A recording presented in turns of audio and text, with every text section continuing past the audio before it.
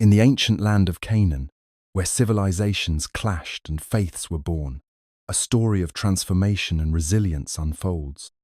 The rise and fall of kingdoms, the birth of monotheism, and the echoes of ancient gods continue to shape our world in ways we never imagined. Canaan, a land nestled between the Mediterranean Sea and the deserts of the Arabian Peninsula, has long been regarded as a crossroads of the ancient world. Its strategic location made it a bridge between Africa, Asia, and Europe, and throughout history, it attracted a multitude of civilizations. The fertile plains and hills of Canaan, coupled with its proximity to key trade routes, allowed for the flourishing of early human settlements, and by the 3rd millennium BCE, the region had already witnessed the rise of numerous city-states and vibrant cultures. The geography of Canaan was as diverse as it was advantageous. To the west, the coastal plains along the Mediterranean offered abundant resources for trade and maritime activity, while the east was bordered by rugged mountains and deep valleys, providing natural defenses. The Jordan River, winding through the central part of the region, not only served as a vital water source, but also connected the Sea of Galilee to the Dead Sea, facilitating both agriculture and transport. The fertile lands surrounding these waterways supported the cultivation of crops like wheat, barley, olives, and grapes, enabling the growth of established agricultural communities. From the earliest periods, Canaan became home to a diverse range of peoples. Early settlers established villages and towns that gradually developed into well-organized city-states. These early Canaanites were skilled in agriculture, trade, and craftsmanship, building the foundations of a civilization that would influence the surrounding regions for millennia. In addition to agriculture, the Canaanites were also known for their prowess in pottery, weaving, and metalworking, which laid the groundwork for the economic prosperity that would come to define the region. Over time, Canaan's role as a trade hub brought it into contact with many of the great civilizations of the ancient world. The Egyptians to the southwest, the Mesopotamians to the northeast, and the Anatolians to the north, all sought to control or influence the region. These interactions led to a rich cultural exchange, with Canaanite societies absorbing aspects of Egyptian, Sumerian, and later Hittite civilizations. However, the land's location also made it a battleground for competing empires, with invaders often seeking to seize its wealth and strategic advantages. Throughout its history, Canaan was not merely a land of conquest, but also one of cultural and religious significance. Its peoples worshipped a variety of deities, with religious practices and temples serving as central features of life. This period also saw the emergence of the Israelites, a group that would eventually establish their own kingdom in the region. The legacy of these early civilizations, both in terms of culture and faith, would endure long after the fall of the ancient Canaanite city-states, influencing the broader Mediterranean and Near Eastern worlds. Canaan's significance, as both a geographical crossroads and a melting pot of ancient civilizations, ensured that it would remain an essential chapter in the history of the ancient world. The first inhabitants of Canaan were a diverse group of tribes and peoples who settled in the region thousands of years ago. These early settlers, likely arriving around the Neolithic period, were drawn to the fertile lands and strategic location of the area, which provided abundant natural resources. Archaeological evidence suggests that the first settlers were primarily hunter-gatherers, but over time, they transitioned into more settled agricultural communities. This shift marked a significant transformation in the way of life in Canaan and set the stage for the development of complex societies. As these early settlers established their villages, they adapted to the land's varied geography. The coastal plains, with their mild climate and rich soil, were ideal for growing crops such as wheat and barley. The fertile valleys and riverbanks, particularly along the Jordan River, offered the perfect conditions for irrigation-based agriculture. These areas became the heart of early Canaanite civilization, with villages springing up along the river's course and on the hilltops, where the inhabitants built fortified settlements to protect themselves from the threats of nearby tribes and nomadic invaders. The Canaanites developed a unique culture that blended elements of the indigenous peoples and the influences from neighboring civilizations. They were heavily influenced by the Egyptians to the southwest, the Mesopotamians to the northeast, and the Anatolians to the north. The interaction with these ancient empires brought new technologies, art forms, and religious practices into Canaanite society. The Canaanites were skilled craftsmen, and their pottery, woven textiles, and tools were highly valued both for their functionality and their beauty. The pottery was often decorated with geometric patterns and symbolic motifs, reflecting a rich artistic tradition that would continue to evolve throughout Canaan's history. The early Canaanite tribes were also deeply connected to their environment and the natural world. Their religion revolved around the worship of deities tied to fertility, agriculture, and the natural forces of the earth. Shrines and temples dedicated to these gods were built in prominent locations, often atop hills or near water sources. Rituals and ceremonies, including offerings of food and livestock, were performed to ensure the fertility of the land and the prosperity of the people. The arrival of the first settlers and their subsequent establishment of permanent villages had a lasting impact on the land of Canaan. Their agricultural practices transformed the landscape as they cleared forests, dug irrigation channels, and built terraces on the hillsides to maximize crop production. These early innovations laid the foundation for the growth of more complex societies in the centuries that followed. Over time, Canaan became a land of interconnected communities, each with its own local traditions but united by a shared geography and way of life.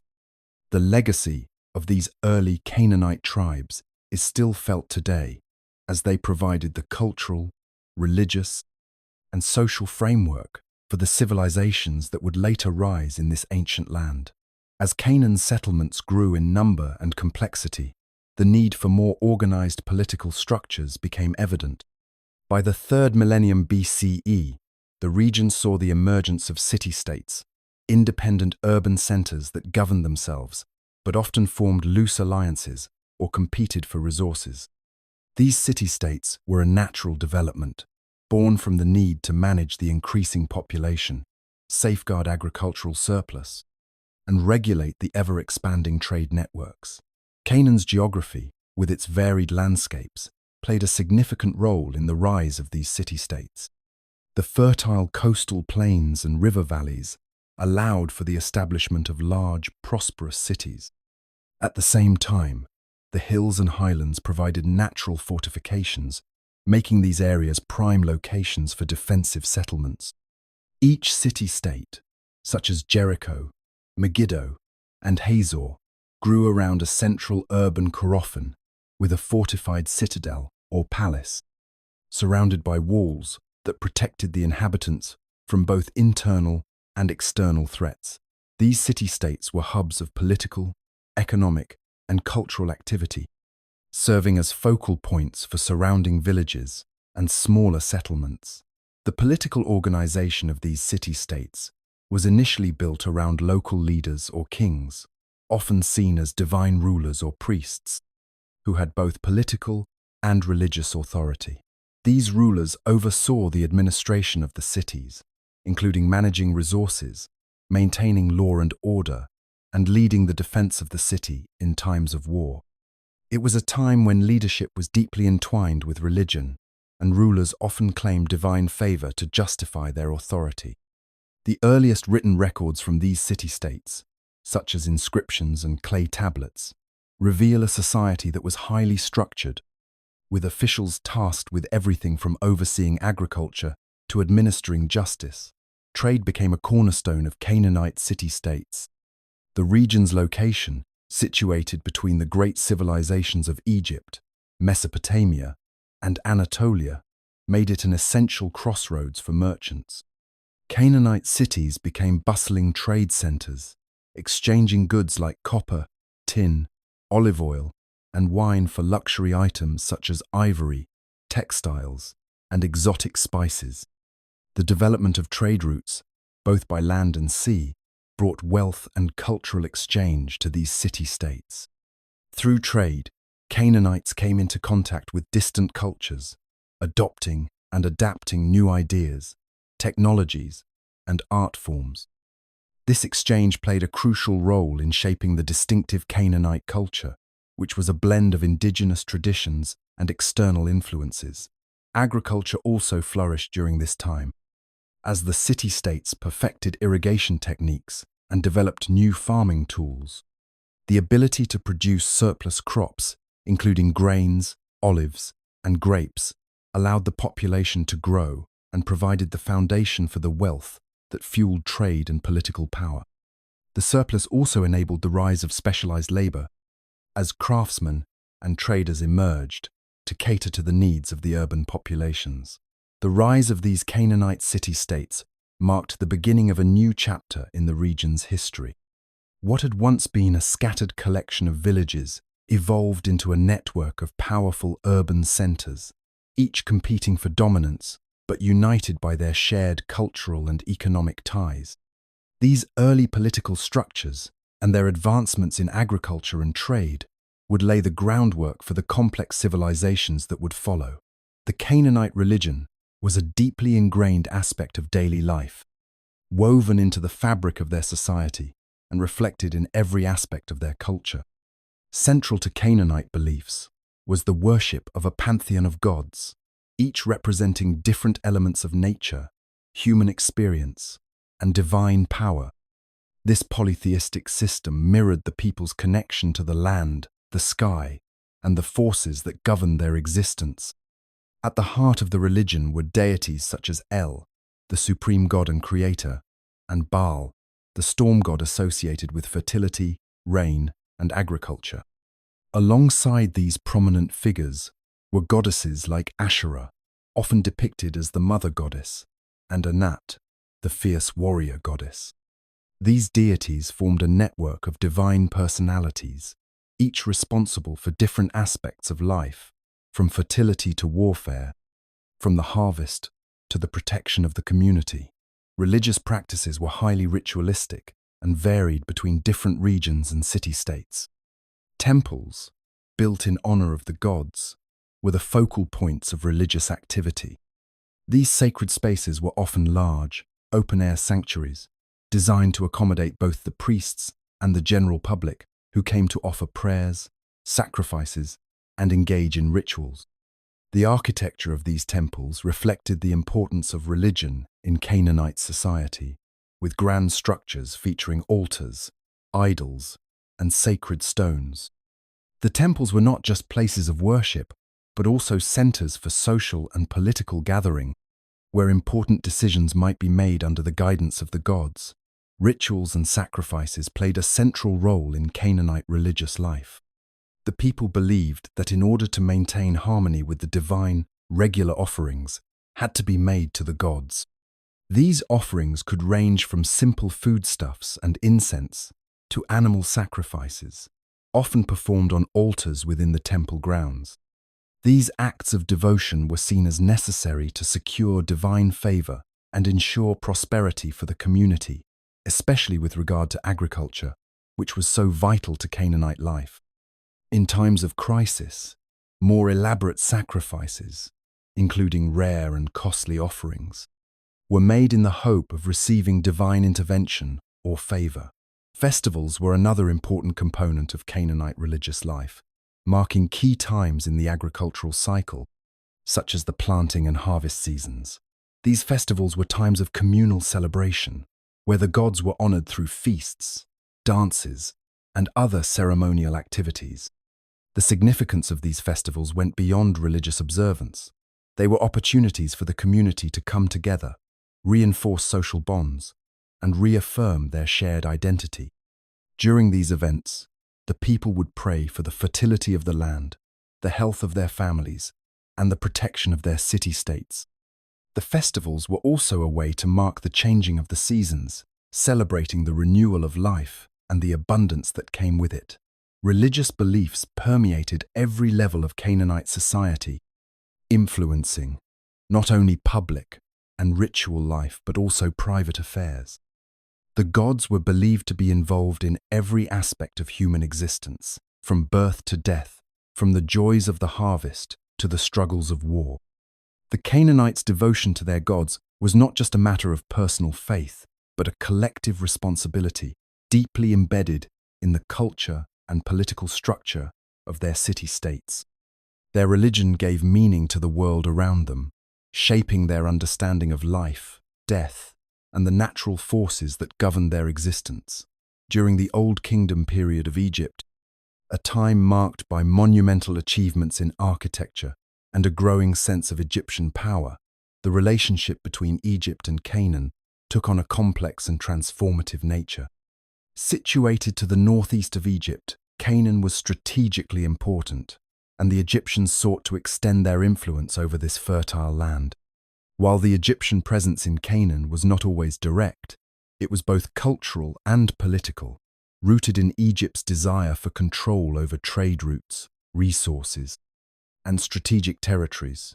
The interaction between the two regions began through trade and diplomacy, with the Egyptians looking to Canaan as a critical connection to the Levant and beyond. Egypt's vast wealth and agricultural surplus made it a powerful regional force, and Canaan, with its location at the crossroads of several ancient civilizations, was of immense value. Egyptian expeditions occasionally ventured into Canaan, cementing the influence of the pharaohs over local rulers and encouraging trade and cultural exchange between the two lands. The Egyptians introduced advanced technologies, such as metallurgy and writing systems, which began to slowly filter into Canaanite society. As Egypt's power grew, its dominance over Canaan became more pronounced. Pharaohs sent military expeditions into Canaan, ensuring the region's subjugation and reinforcing Egypt's control over the vital trade routes that passed through the area. These expeditions were not always characterized by brutal conquest, but often involved the installation of local vassals who pledged loyalty to Egypt. This system allowed for a degree of local autonomy, while also ensuring that Egypt's interests were preserved. The cultural exchange between the Egyptians and Canaanites during this period was profound. Egyptian art, architecture, and religious practices left a lasting imprint on Canaanite culture. The Egyptians' monumental style, marked by large statues, intricate wall paintings, and grand structures, influenced the design of Canaanite cities and temples. Similarly, the religious practices of the Egyptians, especially their pantheon of gods and emphasis on the afterlife, left traces in Canaanite spiritual life. While the Canaanites had their own gods and religious traditions, the Egyptian gods, such as Amun and Osiris, began to be recognized and even worshipped in certain regions of Canaan. Egyptian influence extended beyond the realm of religion and culture into trade and technology. The Canaanites, in exchange for their goods such as olive oil, wine, and timber, received Egyptian luxury items and expertise in areas like writing, pottery, and metallurgy. The Egyptians also brought with them advanced agricultural techniques, improving the productivity of Canaan's fields. This mutual exchange of goods, ideas, and technologies led to the gradual transformation of Canaanite society, embedding elements of Egyptian civilization into its fabric. Over time, the power dynamic began to shift, but the Egyptian influence never completely waned. Even after the decline of Egypt's Old Kingdom, Canaan continued to play a crucial role in Egypt's regional influence. The legacy of Egypt's dominance remained embedded in Canaanite culture, shaping its art, religion, and politics for generations to come. The imprint of Egypt on Canaan was more than just that of a conqueror. It was the mark of a civilization that, through both force and cultural exchange, left a profound and lasting influence on its neighbors. The invasion of the Sea Peoples marked one of the most pivotal and disruptive periods in the history of the ancient world, particularly for Canaan. These mysterious groups, often depicted as marauding bands of warriors from the Aegean and Eastern Mediterranean, descended upon the coastal regions of Canaan and other parts of the ancient Near East during the Late Bronze Age. Their sudden and violent arrival created shockwaves throughout established civilizations, with the Canaanites bearing the brunt of their destructive forces. The Sea Peoples were not a single unified group, but rather a coalition of different tribes, each with their own distinct origins and motives. Their reasons for migrating or raiding are still debated by historians, but their impact was unmistakable. The Canaanite cities, many of which were thriving and prosperous trade hubs, became prime targets. These settlements were often heavily fortified, with thick walls and strategic positions designed to protect against invaders. However, the Sea Peoples proved to be relentless. Their tactics, which included naval raids and land assaults, overwhelmed the Canaanite defenses. Key cities along the coast, including those that had once flourished under Canaanite control, were burned and destroyed. The destruction wrought by the Sea Peoples contributed to the collapse of Canaanite civilization at the close of the Bronze Age. Canaan's coastal cities, which had been integral to the region's trade networks, were decimated. The loss of these cities, combined with the disruption of trade routes, had a cascading effect on the entire region. The once thriving urban centers, which were hubs of culture, commerce, and religious life, were left in ruins. This upheaval led to a period of instability and decline, as surviving communities struggled to rebuild and reorganize. The collapse of the Bronze Age also marked the end of many established systems of governance and trade that had shaped Canaanite society for centuries. The extensive networks of international trade that connected Canaan to Egypt, Mesopotamia, and the Aegean were severely disrupted, leaving the region economically isolated. Technological advancements, such as the use of bronze tools and weapons, began to decline as the population grappled with the destruction of their infrastructure and resources. In the wake of this societal upheaval, the Canaanites had to adapt to a new and increasingly fragmented world. The collapse of the centralized urban centers led to the rise of smaller, more isolated settlements. The era of grand city-states, where power was concentrated in the hands of elite rulers, was replaced by a more decentralized society. This period of decline eventually gave way to new powers in the region, but the scars of the Sea Peoples' invasion were deeply felt for generations. The end of the Bronze Age in Canaan, while traumatic, was not the end of its history. It marked a transition from a world dominated by complex urban centers and long-distance trade to one where survival and adaptation became paramount. The Sea Peoples, in their destructive wake, inadvertently set the stage for the eventual rise of new forms of leadership and organization in Canaan.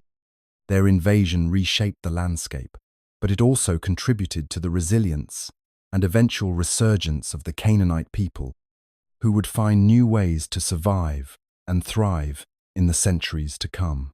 The rise of the Israelites as a distinct people is intricately woven into the fabric of ancient history, marking the beginning of a new chapter for the region of Canaan. Their emergence was not sudden, nor was it devoid of complexity. It was a gradual process that saw the Israelites evolve from a collection of tribes into a unified people with shared beliefs, experiences, and a deep sense of identity tied to the land of Canaan. The stories of their ancestors, the patriarchs, were foundational to this development, and their migration to Canaan is viewed as a pivotal moment in the formation of the Israelite identity. The earliest stories of the Israelites are encapsulated in the biblical narratives of the patriarchs Abraham, Isaac, and Jacob, figures whose lives and journeys would shape the very essence of Israelite culture. These figures are not only central to the spiritual foundation of the Israelites, but also represent the beginning of their long, arduous journey toward establishing themselves in Canaan. The biblical account of Abraham's call from God to leave his homeland in Ur and travel to a new land, the land of Canaan, marks the start of this migration. The promise of this land, often referred to as the Promised Land, would become a central theme in the Israelites' understanding of their relationship with God. Abraham's journey, with its trials and challenges, is symbolic of the Israelites' own struggle to carve out a place for themselves in the world. His covenant with God, in which he is promised that his descendants would become a great nation, lays the groundwork for the Israelites' identity. Through his son Isaac, and later through his grandson Jacob, the narrative of the Israelites continues, with Jacob, later known as Israel, becoming the father of the 12 tribes of Israel. These 12 tribes would come to represent the unity and diversity of the Israelite people, each tribe tracing its lineage back to one of Jacob's sons. The migration to Canaan, though not a singular event, was a long and arduous process. The Israelites were not initially the dominant force in the region, but were rather one among several groups vying for control over the fertile land. They settled in various parts of Canaan, with some tribes taking residence in the hill country, while others occupied the more fertile plains. This early period of settlement was marked by frequent interactions with the existing Canaanite inhabitants, ranging from trade and cooperation to conflict and competition for resources. In these early days, the Israelites' story was one of struggle, survival, and adaptation. They had to contend with the established powers of Canaan, including various city-states, and eventually the pressure from larger empires such as Egypt. Yet through these trials, they began to solidify their identity as a people chosen by God, with a unique covenant that set them apart from other nations. The early patriarchal stories, rich with themes of faith, perseverance, and divine guidance, provided the foundation for a people who, despite their humble beginnings, would eventually rise to establish their own kingdom in Canaan. Thus, the rise of the Israelites was not an isolated event, but rather a complex and ongoing process, shaped by the lives and journeys of their ancestors. The patriarchal migration to Canaan was just the beginning of a much larger narrative that would see the Israelites grow from a small, nomadic tribe into a powerful and influential civilization in the ancient Near East. The story of the Exodus stands as one of the most significant and transformative events in the history of the Israelites. According to the biblical narrative, the Israelites, after centuries of slavery in Egypt, were led out of bondage by Moses, a prophet and leader chosen by God. The escape from Egypt, marked by miraculous events such as the parting of the Red Sea and the destruction of Pharaoh's pursuing army, symbolized not only their physical liberation, but also their spiritual rebirth as a people set apart by God. The Exodus journey was not just an escape from oppression, but a journey toward the Promised Land, a land that had been promised to their forefather Abraham generations before. The Israelites, now freed from Egyptian rule, would soon embark on a long and arduous trek through the wilderness, enduring hardships and testing their faith in the God who had delivered them. The years spent wandering in the desert were not without purpose. They served as a time of preparation, both physically and spiritually, for the Israelites to claim the land of Canaan. During this period, they received the law from God, including the 10 Commandments, which would become the moral and legal foundation of their society. The wilderness experience solidified their identity as a people bound by covenant to their God, who had promised to guide them to a land flowing with milk and honey. However, the journey was not without its trials. The Israelites often questioned their leaders, doubted their faith, and struggled to trust in the promises of God. Yet, through their struggles, they were continually reminded of God's presence, sustaining them with manna from heaven and water from a rock. After 40 years, the Israelites finally stood on the edge of the Promised Land. Moses, having led them thus far, was not permitted to enter the land himself, and so leadership passed to Joshua. The biblical account of the conquest of Canaan under Joshua's command is filled with military campaigns against the various city-states that occupied the land. The Israelites, although vastly outnumbered and less equipped than their enemies, were victorious in many battles. The fall of Jericho, with its walls crumbling after the Israelites circled the city for 7 days and shouted on the 7th, remains one of the most dramatic and symbolic moments of this conquest, illustrating the divine power at work in their victory. Yet, settling in Canaan proved to be far more challenging than simply defeating its inhabitants. The land was already populated by various Canaanite groups, each with their own cities, cultures, and religions. Though the Israelites had conquered key cities, the land remained fragmented, with pockets of resistance and cities that needed to be fully subdued. The Israelites also faced the challenge of creating a stable society from the remnants of these cities and cultures, while adhering to their covenant with God. They were tasked with establishing a new social order, one that would honor their God and uphold the laws given to them. The conquest and settlement were not easy, and the Israelites struggled with internal divisions, external threats, and the temptation to adopt the ways of the very people they had displaced. The challenges of settling in Canaan were not just military but also spiritual. The Israelites had to contend with maintaining their faithfulness to the God who had delivered them, resisting the lure of Canaanite religious practices and the worship of foreign gods. This period marked a time of both great promise and deep struggle, as the Israelites sought to forge their own identity in the land that would become their homeland. While they had conquered the land, the true victory lay in establishing their place in it and remaining faithful to the divine covenant that had set them apart as a people. The conquest of Canaan, as recounted in the biblical narrative, marked a pivotal chapter in the history of the Israelites. After their long journey through the wilderness, the Israelites were finally on the cusp of entering the land that had been promised to their ancestors. Led by Joshua, they faced the daunting task of securing and settling the land, not just militarily, but spiritually as well. The Israelites had conquered many of the key cities, but their task was far from complete.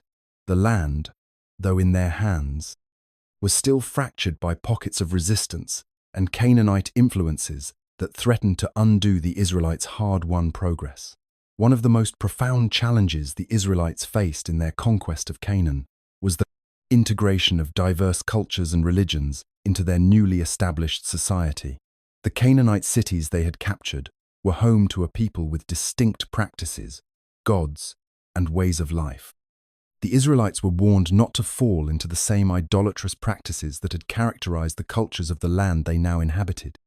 But despite these warnings, the Israelites found themselves repeatedly tempted by the allure of foreign gods and religious practices, often turning away from the covenant they had made with God.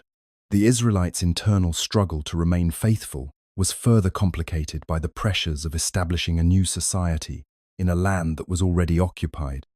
The land of Canaan was fertile, but it was also contested, with multiple tribes and factions vying for control.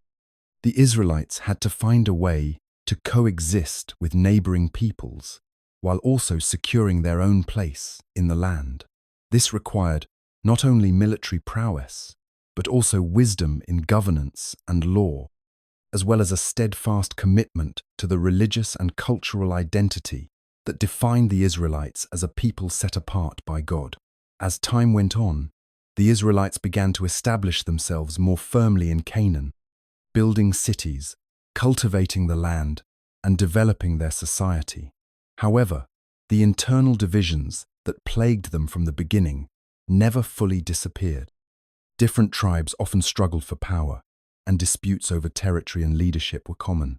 Yet, despite these struggles, the Israelites were able to maintain their identity and faith, even as they confronted challenges from within and without.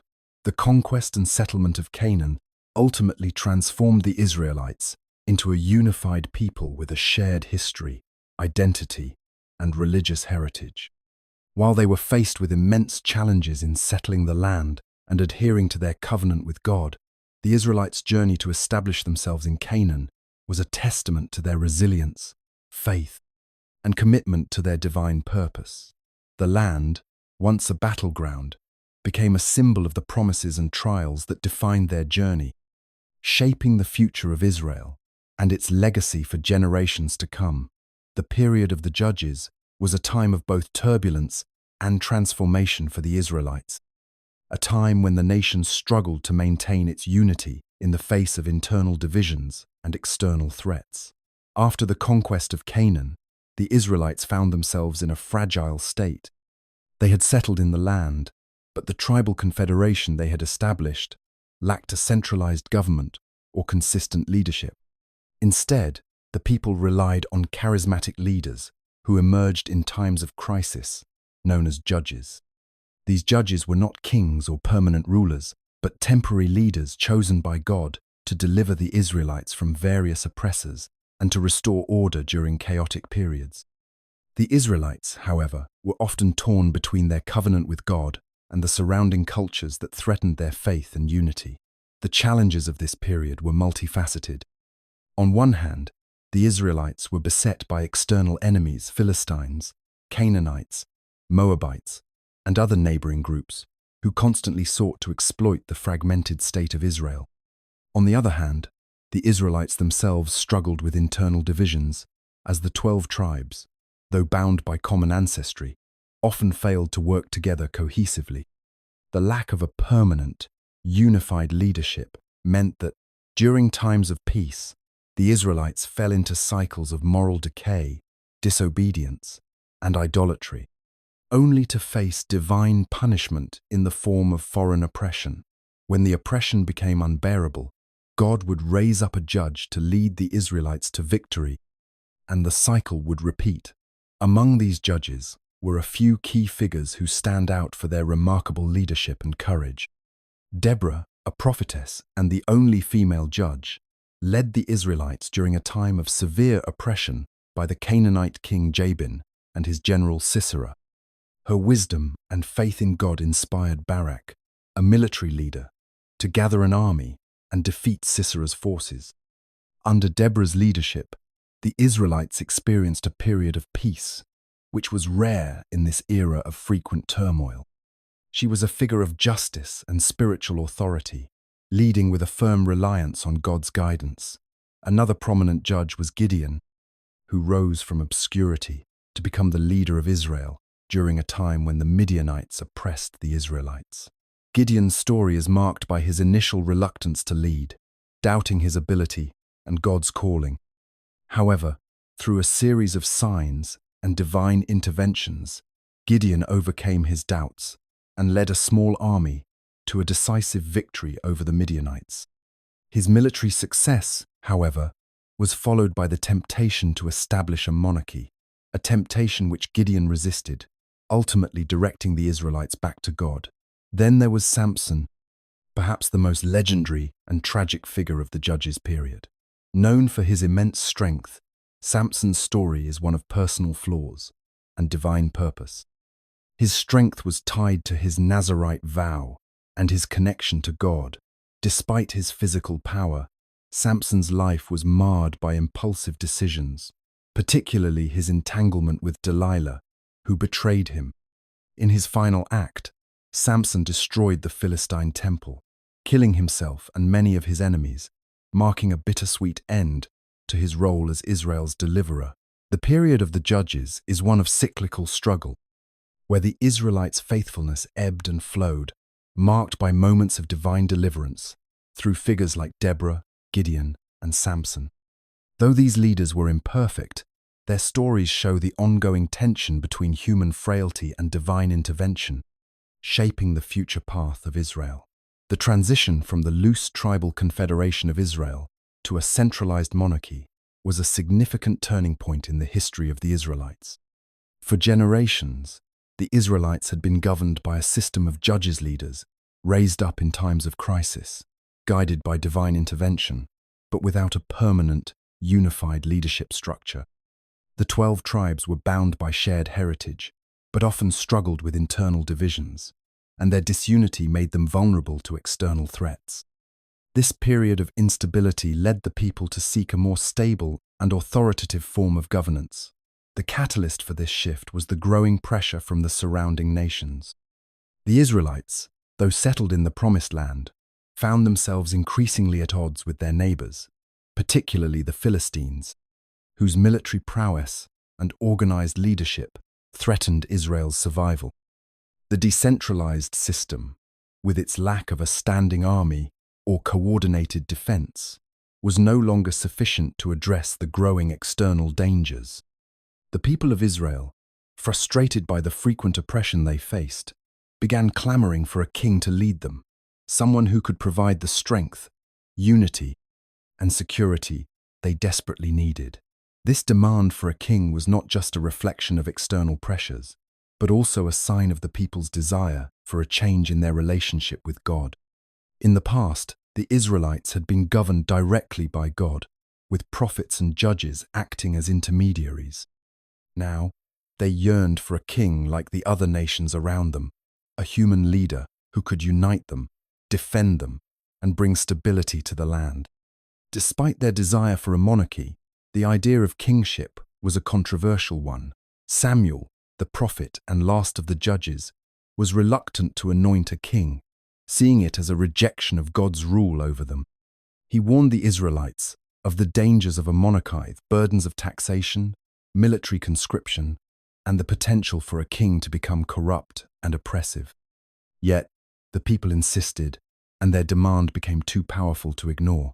In response to their request, God instructed Samuel to select a king, and Saul, a man from the tribe of Benjamin, was chosen as the first monarch of Israel. Saul was tall, handsome, and appeared to have the physical presence required of a king. Initially, he was anointed in secret, and his early reign was marked by military success, particularly in repelling the Philistine threat. Saul's kingship began with hope and promise, as he seemed to embody the qualities of a strong and capable leader. However, as time went on, Saul's reign began to reveal the complexities of monarchy. His early successes were overshadowed by his inability to fully trust in God's guidance.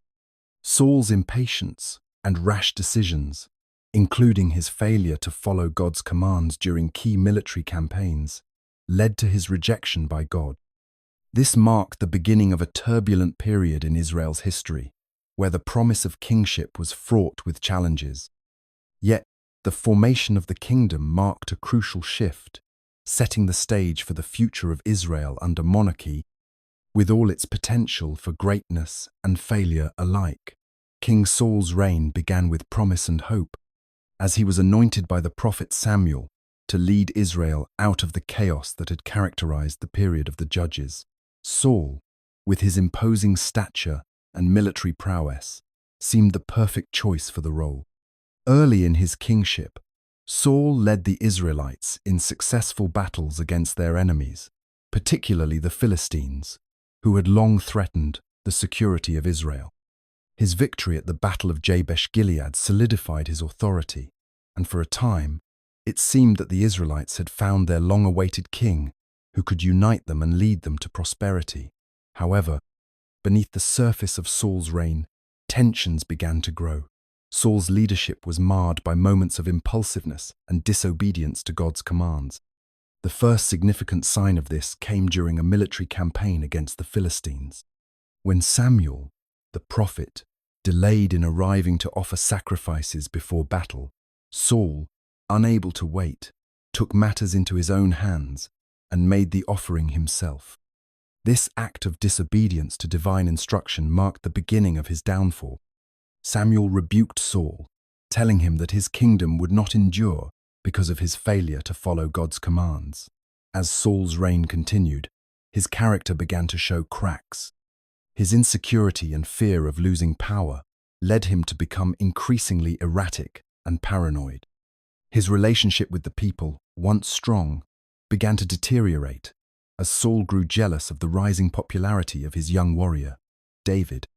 David's victory over the Philistine giant, Goliath, had made him a hero among the Israelites, and Saul's admiration quickly turned to suspicion. David, anointed by Samuel to be Saul's successor, became a target of the king's jealousy and fear.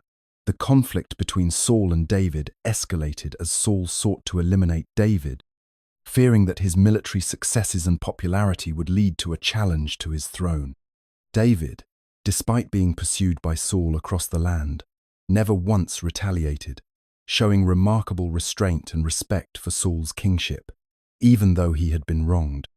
This period of tension highlighted Saul's increasing isolation from both God and his people, while David's integrity and military genius gained him the loyalty of the people.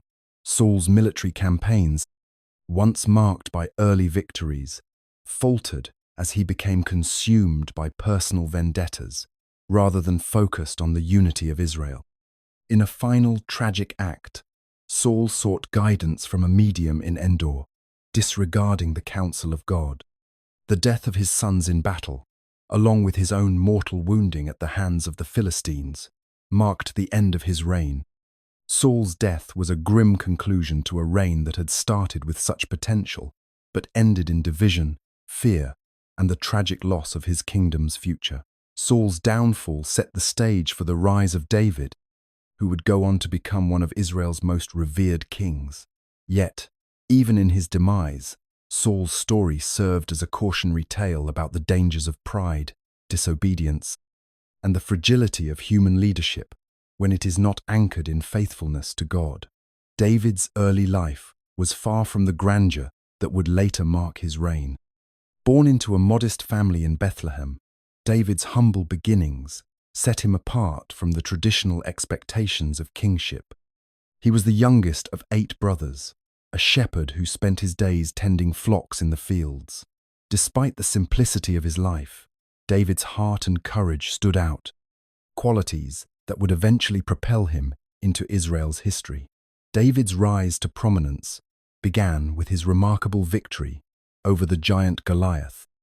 The Philistine forces had long oppressed Israel, and their champion, Goliath, had terrorized the Israelites with his size and strength. No one dared to face him, but David, a young shepherd with only a sling and a stone, stepped forward. His faith in God and his courage led to an improbable victory.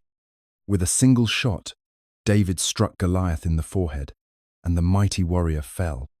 This victory became legendary, not just for the physical defeat of Israel's enemies, but for the spiritual message it carried. Faith in God could overcome any obstacle, no matter how insurmountable it seemed. Following this iconic moment, David's popularity soared, and he quickly rose through the ranks of Israelite society. Saul, initially impressed with the young warrior, soon became jealous of the attention David received. David's military successes, his growing reputation, and the people's affection for him intensified Saul's insecurity. The king, once a mentor to David, began to view him as a threat to his throne. Saul's jealousy led to a series of attempts to kill David, forcing the young man to flee into the wilderness, where he gathered a loyal band of followers. Despite the danger to his own life, David never sought to retaliate against Saul, respecting the fact that Saul was still the anointed king. His patience and humility during this period only further solidified his reputation among the people. David's eventual rise to power came with Saul's tragic death. The king's demise in battle left Israel without a clear ruler, and after a period of division, David was anointed as king of Judah. His consolidation of power was a slow and measured process. He united the disparate tribes of Israel through strategic alliances and by displaying the kind of leadership that inspired loyalty and trust. David's military genius and his ability to lead his people in battle expanded Israel's borders significantly, pushing back the Philistines and other neighboring enemies. Under David's leadership, Israel became a united kingdom, solidifying its place as a regional power. David's reign marked a period of unprecedented territorial expansion. He secured the borders, subdued foreign enemies, and brought peace to a land that had long been ravaged by war. His leadership was not only military, but also spiritual. David sought to make Jerusalem the political and religious center of Israel, bringing the Ark of the Covenant to the city as a symbol of God's presence among his people. His rule established Israel as a kingdom of strength, unity, and faith, laying the foundation for his son Solomon to build a glorious temple and expand upon the kingdom's legacy. Through his courage, faith, and leadership, David transformed Israel into a unified and powerful nation, leaving a lasting impact on the history of the ancient world. David's reign marked a golden age for Israel, a period of unmatched military success, territorial expansion, and political unity. His military campaigns were nothing short of legendary, as he transformed Israel from a fragmented collection of tribes into a powerful, united kingdom. His victories over the Philistines, Moabites, Edomites, and other neighboring peoples not only secured Israel's borders, but also expanded its influence across the region. With each triumph, David strengthened his authority and gained the unwavering loyalty of his people. His ability to unite the tribes of Israel, which had long been divided, was a testament to his skill as both a military leader and a statesman. Under David's leadership, Israel became a force to be reckoned with in the ancient Near East. His military conquests solidified his reputation as a warrior king, but it was his vision for a united Israel that truly set him apart. David understood that a kingdom divided among competing tribes could not endure in the face of external threats. Through strategic alliances, political shrewdness, and his own personal charisma, he succeeded in bringing together the 12 tribes of Israel. The divisions that had plagued Israel for centuries began to fade, replaced by a sense of national identity and purpose that had been previously elusive.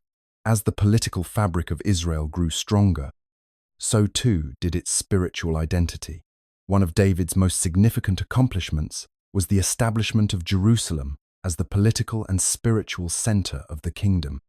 Though Jerusalem had been a Jebusite city before David's reign, he captured it and made it his capital. Its central location, straddling the border between the northern and southern tribes, made it the ideal choice to unify the kingdom. But it was not just its geography that made Jerusalem special. It was the spiritual significance that David attached to it. David sought to make Jerusalem the religious heart of Israel by bringing the Ark of the Covenant, the most sacred symbol of Israel's relationship with God, to the city. This act transformed Jerusalem from a mere political center into a place of profound religious importance. The Ark, which had been moved from place to place during the years of wandering in the wilderness and the period of the Judges, was now settled in Jerusalem, signaling God's permanent presence with his people. David's desire to build a temple to house the Ark, though unfulfilled in his lifetime, laid the groundwork for Solomon's eventual construction of the temple, an enduring symbol of Israel's faith and divine favor. David's reign was marked by peace, prosperity, and spiritual revival. His leadership united the tribes of Israel under one banner, and his military victories ensured the security and expansion of the kingdom. Jerusalem stood as a testament to his vision for a unified nation, both politically and spiritually. During David's reign, Israel reached its zenith, a time of unprecedented strength and divine blessing. The golden age he established would endure in the memories of his people, setting the stage for his son Solomon to build upon his legacy. David's reign was not just a time of military conquest, it was a time of transformation, where Israel became a united kingdom with a spiritual and political heart. King Solomon's reign marked the pinnacle of Israel's prosperity and influence, a time when the kingdom reached its zenith in wealth, power, and international stature. His wisdom, renowned across the ancient world, established him as a ruler of unmatched intellect and insight, drawing visitors from far and wide, most famously the Queen of Sheba, who came to test his knowledge with difficult questions. Solomon's rule was defined by peace. There were no significant wars during his time, and he used this period to build and fortify his kingdom. Under his leadership, Israel flourished, becoming a hub for trade, culture, and diplomacy. One of the most notable achievements of Solomon's reign was the construction of the Temple of Solomon in Jerusalem, a monumental project that would become the center of Israelite worship and a symbol of the divine presence among the people. The temple, designed to house the Ark of the Covenant, was a structure of unparalleled grandeur and beauty, built using the finest materials, including cedar wood from Lebanon and gold. It was not just a place of worship, it was a manifestation of the covenant between God and Israel, a symbol of the unity and sacredness of the kingdom. The temple stood as the pinnacle of Solomon's building projects and was central to his vision of a strong and divinely blessed Israel. In addition to the temple, Solomon oversaw the construction of a vast array of buildings, including his own royal palace, fortified cities, and extensive infrastructure. He established trade routes, promoted commercial growth, and fostered alliances with neighboring kingdoms, expanding Israel's influence across the region. Solomon's wisdom in matters of governance allowed him to maintain stability and prosperity, but his focus on grand building projects and luxury consumption placed significant demands on the resources of the kingdom. However, managing such a vast empire proved to be a complex and challenging task. Solomon relied heavily on forced labor and tribute from neighboring nations, which strained the kingdom's resources and created internal dissatisfaction. The heavy taxes and labor demands required to fund his ambitious building projects led to resentment among the people, particularly in the northern tribes. This discontent would later contribute to the fracturing of the kingdom after Solomon's death.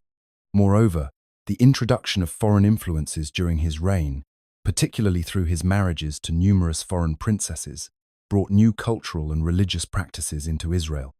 While Solomon's alliances through marriage strengthened Israel's international position, they also led to the worship of foreign gods, which alienated many within the kingdom who remained committed to the exclusive worship of Yahweh. Despite his successes, Solomon's later years were marked by a decline in religious fidelity and the rise of idolatry, which tarnished the legacy of his reign. The kingdom that he had built was a testament to his vision, but it was also a reflection of the challenges inherent in balancing power, prosperity, and the preservation of faith. Solomon's reign ended with the seeds of division planted, and his death set the stage for the eventual splitting of the kingdom into two rival states. The death of King Solomon marked the beginning of a significant crisis for the United Kingdom of Israel. Under Solomon's rule, the kingdom had reached its peak in terms of wealth and influence, but the seeds of division had already been sown. The high taxes and forced labor required to fund his grand building projects, including the temple and the royal palace, had left many Israelites discontented, especially in the northern tribes. These tribes felt marginalized as the royal administration was largely centered in Jerusalem, and the heavy demands of the monarchy created a sense of inequality. While Solomon's reign had seen prosperity and peace, the discontent among the people simmered beneath the surface, waiting for an opportunity to erupt. Upon Solomon's death, his son Rehoboam ascended to the throne. When the people, led by the northern tribes, sought relief from the heavy burdens placed on them during Solomon's reign, Rehoboam, advised by his younger counselors, chose to reject their plea and instead promised to increase their hardship. This decision was a fateful one, as it alienated the northern tribes and sparked a rebellion. The northern leaders, led by Jeroboam, a former servant of Solomon, rejected Rehoboam's rule and broke away from the southern kingdom.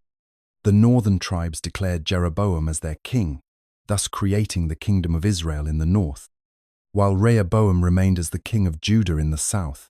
The division of the kingdom was not just a political fracture, but a spiritual one as well. Jeroboam, fearing that his people would continue to make pilgrimages to Jerusalem, the spiritual heart of the kingdom, took drastic steps to prevent this. He established 2 golden calves, one in Bethel and the other in Dan, and commanded the people to worship these idols instead of going to Jerusalem. This move not only severed the northern kingdom from the southern kingdom politically, but also led the northern kingdom into religious apostasy. Jeroboam's actions marked the beginning of a long and tumultuous period for Israel, as the people's loyalty to Yahweh was increasingly compromised by the introduction of idolatry. The split between the two kingdoms created a bitter rivalry that would last for centuries. Judah, with its capital in Jerusalem, remained loyal to the Davidic dynasty, while Israel, under Jeroboam's leadership, struggled to find its place both politically and spiritually. The division weakened both kingdoms, leaving them vulnerable to external threats and internal strife.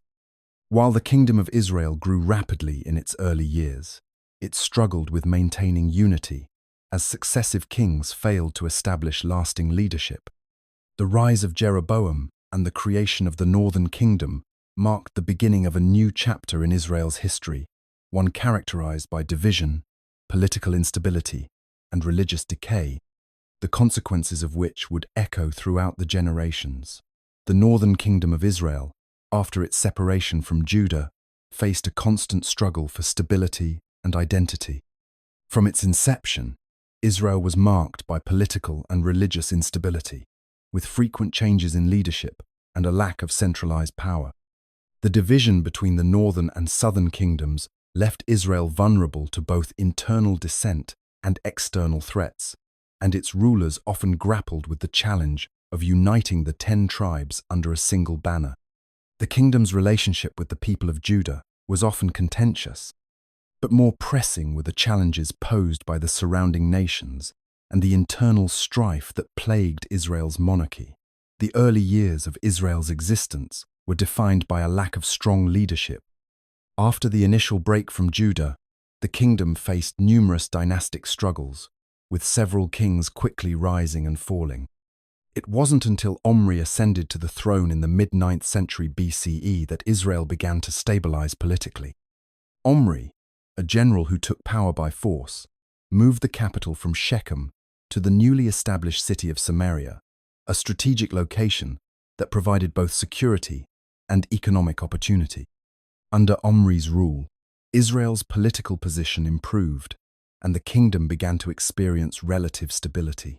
Omri's reign also marked a shift toward greater alliances with neighboring powers, including an important alliance with the Phoenician kingdom of Tyre through the marriage of his son Ahab to the Phoenician princess Jezebel. Ahab, Omri's son, would become one of the most well-known kings of Israel, though his reign was far from peaceful. Ahab's rule was marked by significant military conflicts, both with neighboring kingdoms and internal groups. He is perhaps most infamous for his promotion of the worship of Baal, a Canaanite god, at the behest of his wife, Jezebel. This act, along with his establishment of temples and altars to Baal, led to a severe religious crisis in Israel. Ahab's devotion to Baalism alienated the prophet Elijah, who became a vocal critic of Ahab and his wife. The conflict between Ahab and Elijah culminated in the dramatic confrontation on Mount Carmel, where Elijah challenged the prophets of Baal and demonstrated the power of Israel's true God. Ahab's eventual death in battle marked the end of an era of political and religious conflict, but the seeds of division were deeply sown. Following Ahab's death, Israel continued to face turmoil, but one of the most significant shifts came with the rise of Jehu, who seized power in a bloody coup. Jehu, anointed by the prophet Elisha, was tasked with eradicating the worship of Baal from Israel, and his reign marked a significant religious reform. Jehu's zealous destruction of Baal worshippers was met with mixed reactions. While it was celebrated by those who remained faithful to Yahweh, it also led to further instability, as Jehu's violent rise to power alienated many and left Israel fractured. Jehu's dynasty, though successful in removing the influence of the foreign gods, also faced numerous military and political challenges, including pressures from neighboring Assyria. The northern kingdom, though momentarily victorious under kings like Omri, Ahab, and Jehu, was marked by constant political upheaval and a persistent struggle to balance faith, power, and identity. The kingdom of Israel, despite its territorial expansion and victories, was never able to fully overcome the religious and political fractures that plagued it, leading to its eventual downfall at the hands of the Assyrians. Through the reigns of these key kings, Israel's story was one of fleeting glory, constant challenge, and eventual collapse under the weight of its internal contradictions. The kingdom of Judah, though smaller and less powerful than its northern counterpart, faced its own set of challenges as it struggled to maintain its independence and faithfulness to Yahweh. Unlike Israel, which was often marked by political instability and the worship of foreign gods, Judah's history was deeply intertwined with the legacy of David. It was here in Judah that the Davidic line continued to rule, but the kingdom was by no means immune to the struggles and conflicts that marked the ancient world. The reign of Rehoboam, the son of Solomon, was a period of early turbulence for Judah. When Rehoboam succeeded his father, the kingdom of Israel was already on the brink of division. Rehoboam's inability to heed the counsel of his elders and his heavy-handed approach to taxation led to the split of the United Kingdom. The 10 northern tribes, dissatisfied with his rule, broke away to form the kingdom of Israel. Rehoboam, left with the 2 southern tribes of Judah and Benjamin, faced immediate pressure to defend his reduced kingdom from both internal divisions and external threats. Despite this setback, Rehoboam managed to consolidate his power and defend Judah for a time.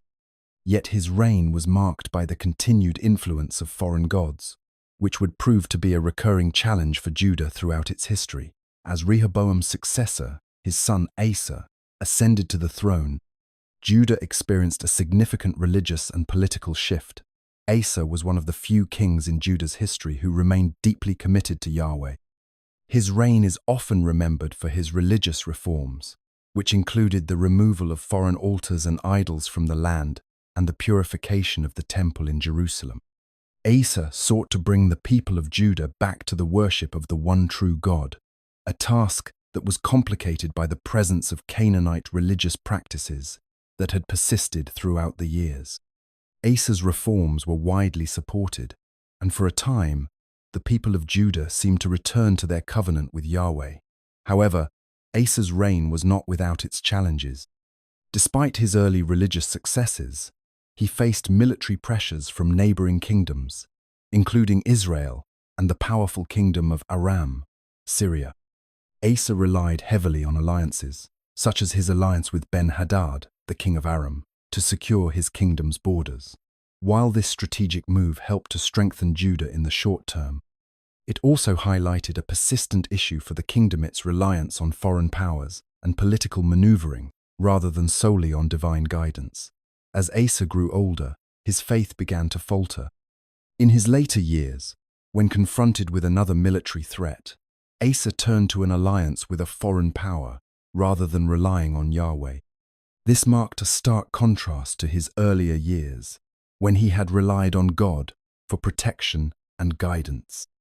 The prophet Hanani rebuked Asa for this decision, reminding him that Yahweh had given him victory in the past, but now he was seeking help from man rather than from God. Asa's failure to fully trust in Yahweh's power during this time of crisis was a significant turning point in Judah's history. Despite Asa's shortcomings in his later years, his reign was a period of relative stability and religious reform. Yet the underlying struggles to maintain loyalty to Yahweh continued to plague Judah, as future generations of kings would either uphold or abandon the covenant that had been established under David. Judah's challenge was not only to withstand external pressures, but to remain faithful to the God who had promised to protect and guide them. This struggle would define the kingdom of Judah for centuries, setting the stage for the eventual downfall of Jerusalem. The rise of the Assyrian Empire marked a turning point in the history of the ancient Near East. As the Assyrians expanded their reach, they became an unstoppable force that threatened not only the kingdoms of Israel and Judah, but also the very fabric of the ancient world. Their military might, efficient administrative systems, and strategic warfare tactics turned them into one of the most dominant empires of the time.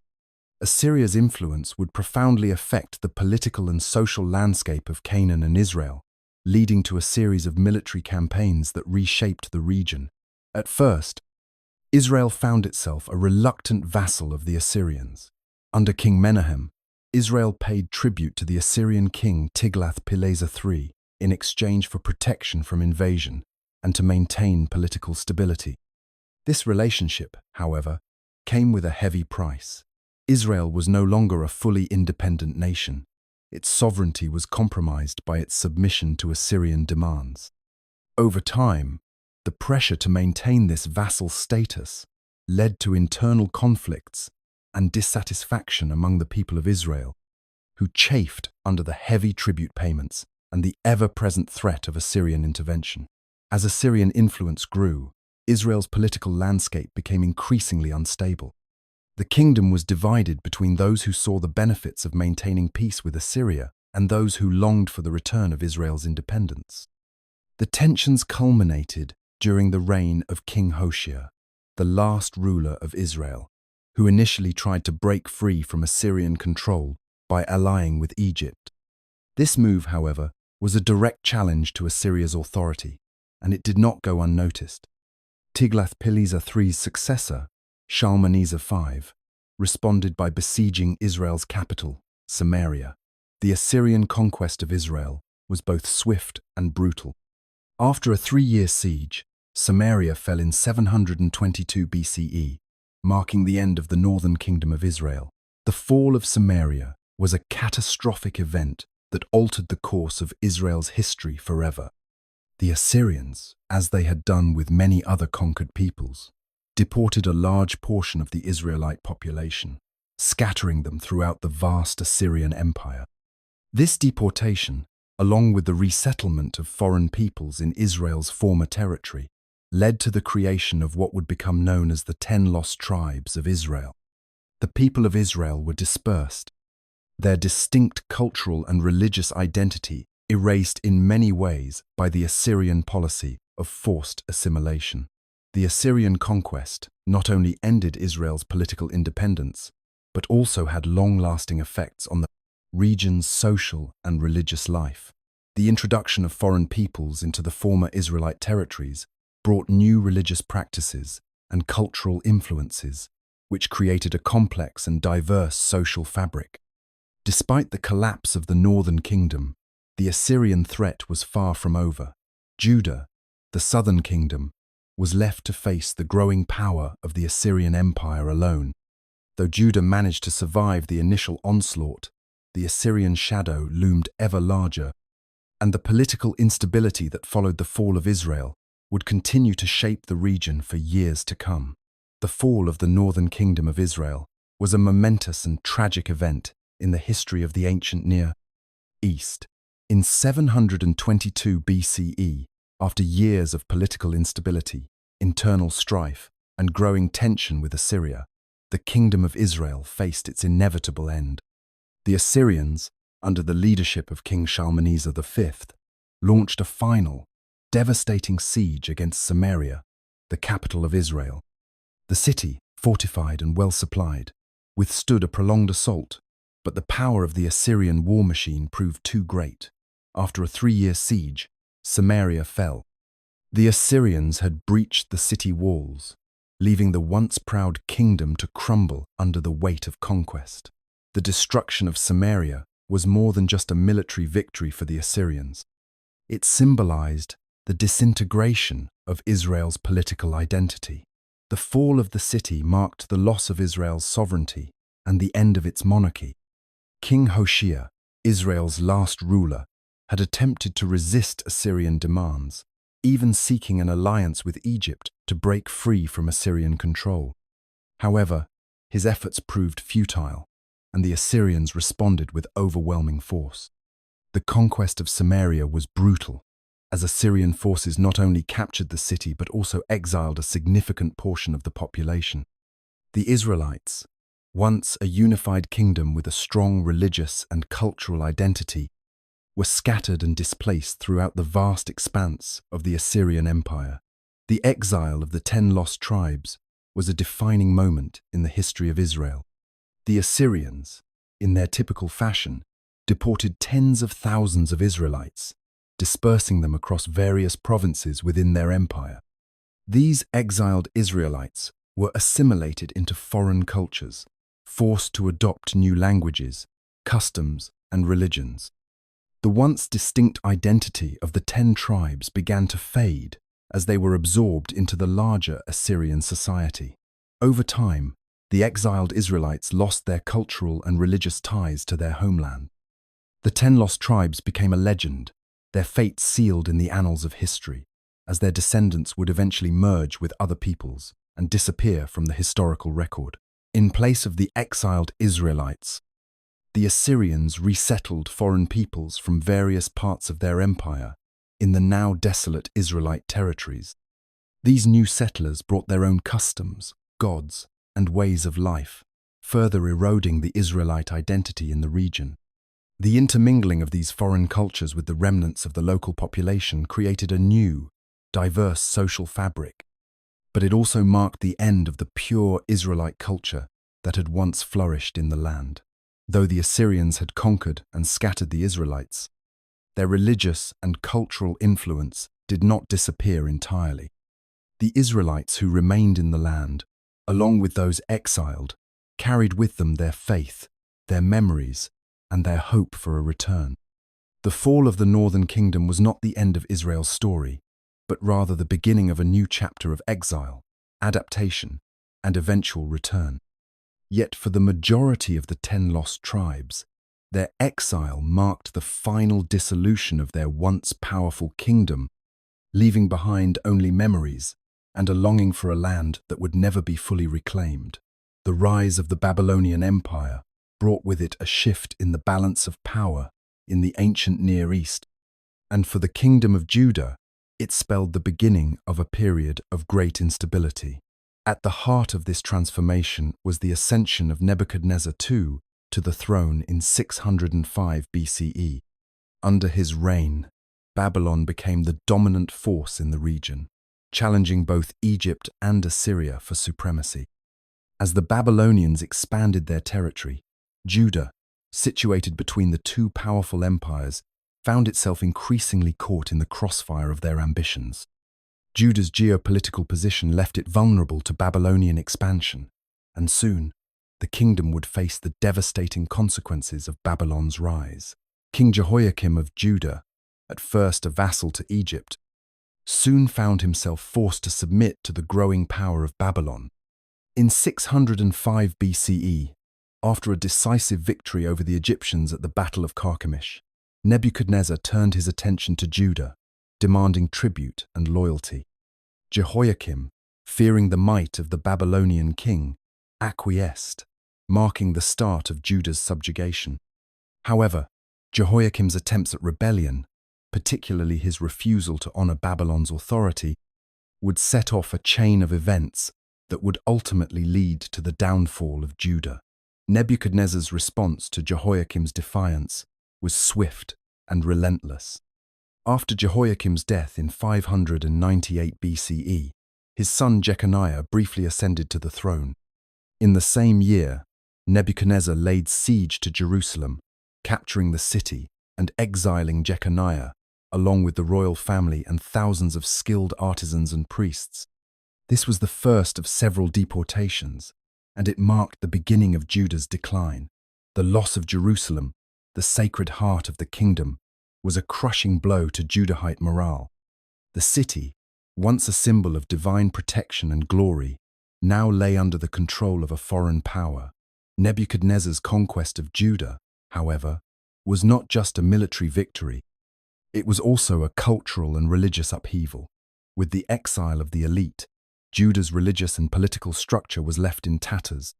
The Israelites, who were taken to Babylon, faced not only physical displacement, but also a profound spiritual crisis. The destruction of the temple in Jerusalem, which had been the center of their worship, shattered their sense of identity. The very idea that their God could allow such devastation led many to question the divine promises that had sustained their people for centuries. In 586 BCE, after the continued defiance of King Zedekiah, Nebuchadnezzar returned to Jerusalem, this time for a final, catastrophic siege. The city was destroyed, the temple was razed to the ground, and its sacred treasures were carried off to Babylon. Zedekiah was captured, and his sons were executed before his eyes, before he was blinded and taken to Babylon in chains. The fall of Jerusalem marked the definitive end of the Davidic monarchy and the kingdom of Judah. The Babylonians had not only conquered Judah, but had irrevocably changed the trajectory of Israelite history, leading them into an era of exile and foreign domination. The Babylonian threat reshaped the identity of the Israelite people, forcing them to adapt to life in exile while grappling with the profound loss of their land, their temple, and their kingship. Nebuchadnezzar's impact was not just political but also deeply religious, and the consequences of Babylon's rise would echo through the history of the Israelites for generations to come. The fall of Jerusalem in 586 BCE marked one of the most tragic and transformative moments in the history of the Israelites. After years of tension, rebellion, and political turmoil, the Babylonians, under the leadership of King Nebuchadnezzar II, descended upon the city with a force that would alter the course of Judah's future. Jerusalem, once a vibrant city and the heart of Israelite religious life, now stood defenseless against the might of the Babylonian Empire. Nebuchadnezzar had already exiled many of Judah's leaders, artisans, and priests years earlier, but the final siege, which lasted for months, would be the ultimate blow to the kingdom. The Babylonian forces, equipped with advanced siege techniques, surrounded the city, cutting off supplies and waiting for the Israelites to capitulate.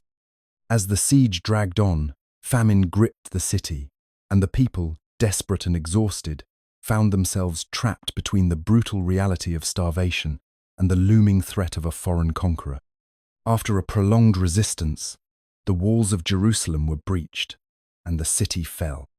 In a final act of devastation, the Babylonians looted and burned the city, including the once glorious Temple of Solomon, which had stood for centuries as the center of worship for the Israelites. The temple, the dwelling place of the God of Israel, was reduced to ashes, a symbol of the complete destruction of Judah's religious and cultural identity. The loss of the temple was not just a physical calamity, it was a spiritual catastrophe for the people of Judah.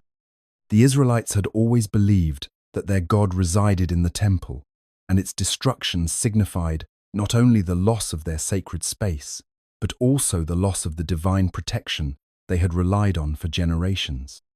Without the temple, their religious practices were thrown into disarray. The people found themselves asking how their God could allow such a calamity, and many wrestled with their understanding of the covenant they had once held so dearly. The destruction of Jerusalem and the temple also symbolized the loss of the Davidic monarchy. The kings of Judah, who had once ruled from Jerusalem, were now powerless, and the line of David seemed to have come to an end. The consequences of Jerusalem's fall were felt far beyond the walls of the city. The Babylonians exiled the elite of Judah kingly figures, nobles, priests, and skilled workers to Babylon. This forced exile led to a profound transformation in the identity of the Israelite people. Those who remained in Judah were left to rebuild their lives under the harsh rule of foreign overlords. The exiles, living in a land far from their home, had to come to terms with their new reality. The destruction of their homeland and the loss of their temple forced them to redefine their relationship with God. With no temple to offer sacrifices and no central place of worship, the Israelites turned to new forms of devotion. It was during this time that synagogue worship emerged as a way for the people to maintain their faith, a practice that would carry on long after their return to Judah. The Babylonian exile, though devastating, would ultimately shape the future of the Israelites. It was a time of reflection, adaptation, and spiritual renewal. While the loss of Jerusalem and the temple was catastrophic, it also marked the beginning of a new chapter in the Israelites' history, a chapter where their faith, community, and identity would be forged in the crucible of exile. Life in Babylonian exile was a time of profound upheaval for the Israelites. Separated from their homeland, their sacred temple, and their way of life, the exiled Israelites faced a world where they were strangers in a foreign land, subject to the rule of a powerful empire. They had lost much, but their journey through exile also became a pivotal moment in the preservation of their identity and culture. The Babylonians had systematically removed the elite of Judah kings, priests, nobles, and skilled artisans, taking them to Babylon, where they were forced to adapt to a new way of life. For the Israelites, this displacement was not merely a physical relocation, but a spiritual and cultural crisis. Their connection to their homeland, their temple, and their sense of identity as God's chosen people was shattered. The Israelites found themselves in a land that was not their own, surrounded by foreign gods, customs, and a language they did not understand. Yet, amidst the challenges of exile, they began to find ways to preserve their faith, their culture, and their sense of community. The loss of the temple was one of the most devastating aspects of exile. For centuries, the temple had been the center of Israelite worship, where sacrifices were offered and God's presence was believed to dwell. Without the temple, the Israelites had to find new ways to connect with their faith. In Babylon, they adapted by gathering in small groups, creating spaces for prayer, worship, and study. This marked the beginning of synagogue worship, a practice that would eventually become central to Jewish life. These gatherings allowed the Israelites to maintain a sense of religious continuity, even in a land far from home. In addition to religious adaptation, the Israelites also focused on preserving their cultural identity through storytelling, study, and the recording of their history. The exiled community turned to their sacred texts, seeking to understand their experiences through the lens of their faith. It was during this period that many of the biblical texts we now have, including much of the Old Testament, were compiled, edited, and codified.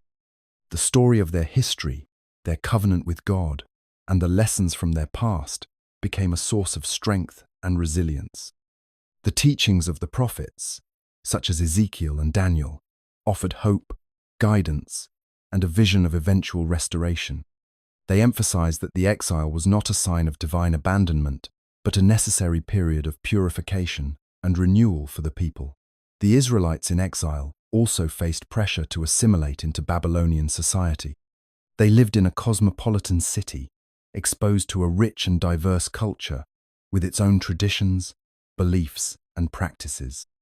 Yet, even in the face of these challenges, the Israelites maintained their distinctiveness.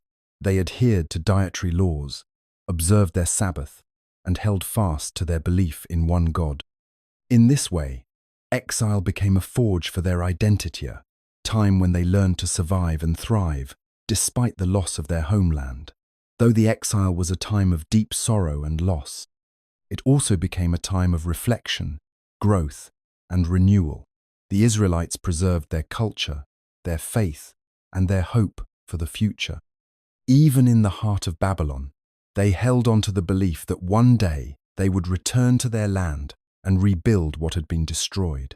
The return from exile marked a turning point in the history of the Israelites, a moment of hope and restoration after decades of loss. The decree of Cyrus the Great in 538 BCE, allowing the Israelites to return to Jerusalem and rebuild their temple, was seen as a fulfillment of prophecy and a divine act of redemption. The Persian king's edict gave the Jewish exiles a chance to return to their ancestral homeland, a place they had longed for since their forced departure to Babylon. Upon their return, the Israelites were confronted with the stark realities of a land that had been left desolate. The once proud city of Jerusalem lay in ruins, its walls broken, its streets empty. The most devastating loss was the Temple of Solomon, which had been the heart of Israelite worship and a symbol of God's presence among his people. Without it, the Israelites had no central place to worship, and their spiritual life had been forced to adapt to the conditions of exile. Now, with the possibility of rebuilding, they had a chance to restore their connection to God in the land that was promised to their ancestors. The rebuilding of the temple was not an easy task. The returning exiles, though filled with hope, faced numerous obstacles. The land was in disrepair, and resources were limited. There were those who had remained in the land during the exile, and some of them resisted the efforts to rebuild the temple, feeling threatened by the return of the exiles and their desire to reassert their control over the land. However, under the leadership of figures like Zerubbabel, a descendant of King David, and the high priest Joshua, the Israelites persevered. The foundation of the new temple was laid, and work began despite the external opposition and the internal challenges they faced as a community. The rebuilding of the temple was symbolic of more than just the restoration of a physical structure. It was the re-establishment of the Jewish community and its covenant with God. The people came together in this monumental effort, reaffirming their shared identity and commitment to their faith. The worship practices that had been in place before the exile began to take shape again, and the laws that governed their lives were reinforced. This period also saw a renewed emphasis on the Torah, the sacred scriptures that had sustained the Israelites throughout their time in exile. With the rebuilding of the temple and the re-establishment of their religious practices, the Jewish people began to find their footing once more. Yet, the return was not without its complexities. The people who had returned from exile were faced with the difficult task of rebuilding not just their city and their temple, but their society.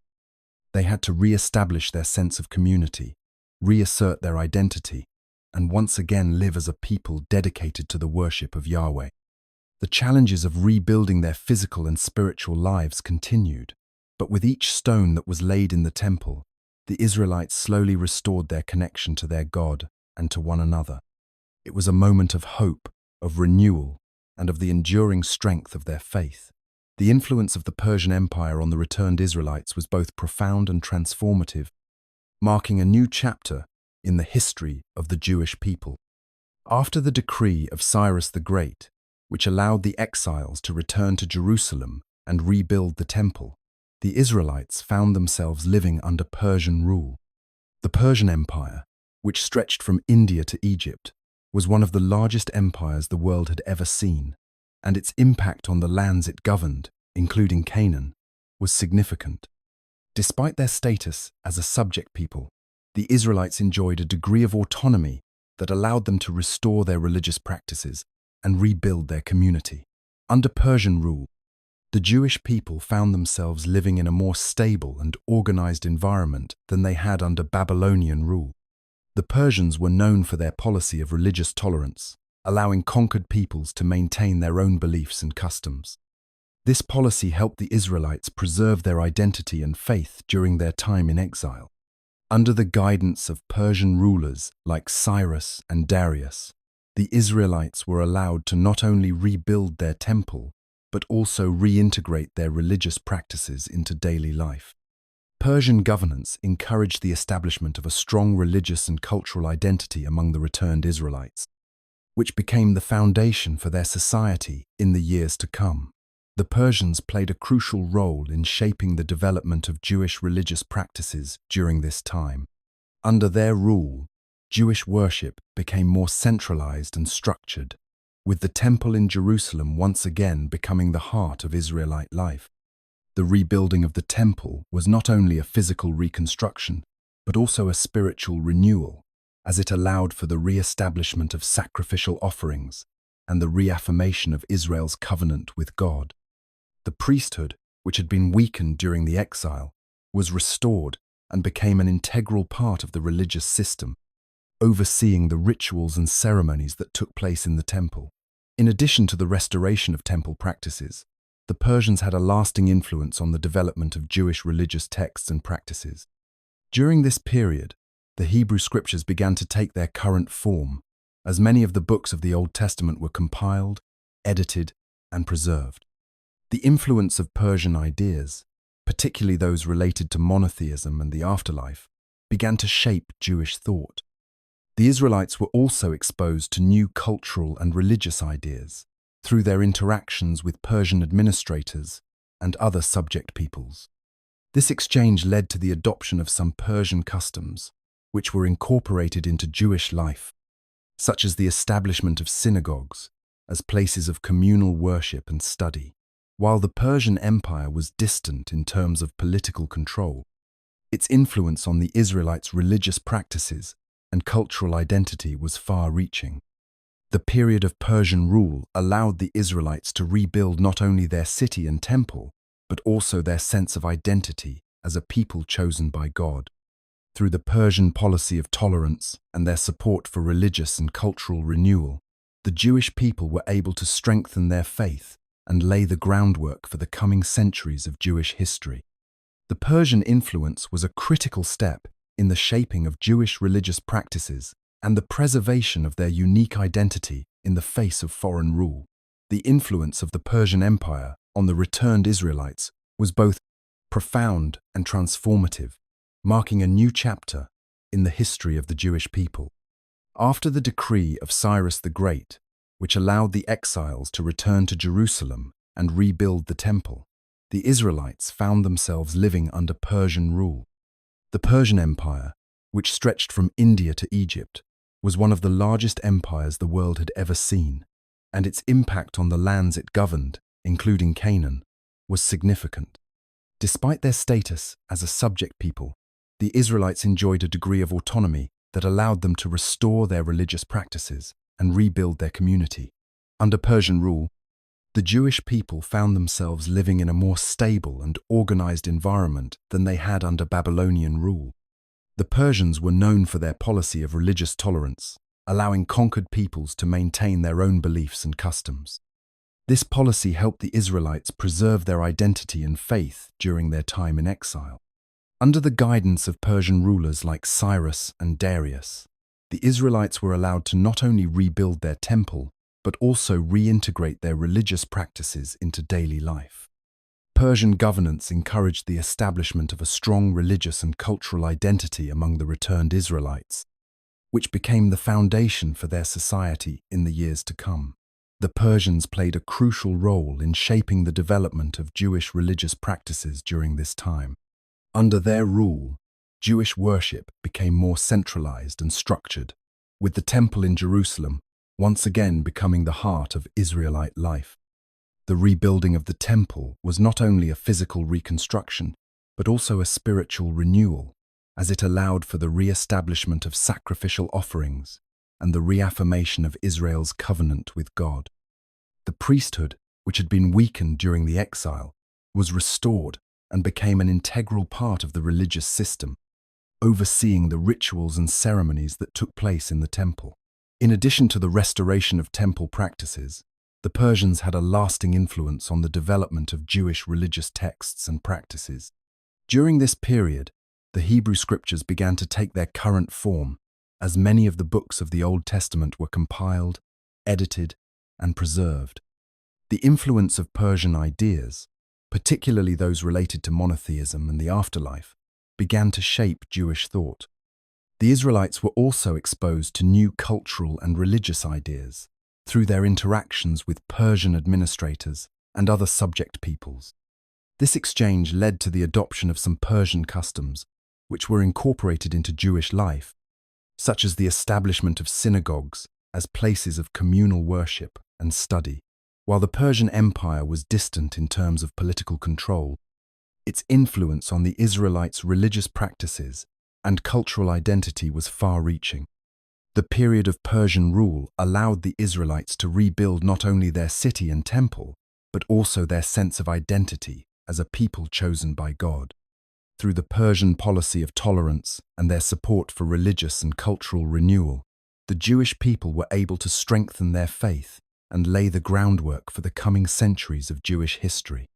The Persian influence was a critical step in the shaping of Jewish religious practices and the preservation of their unique identity in the face of foreign rule.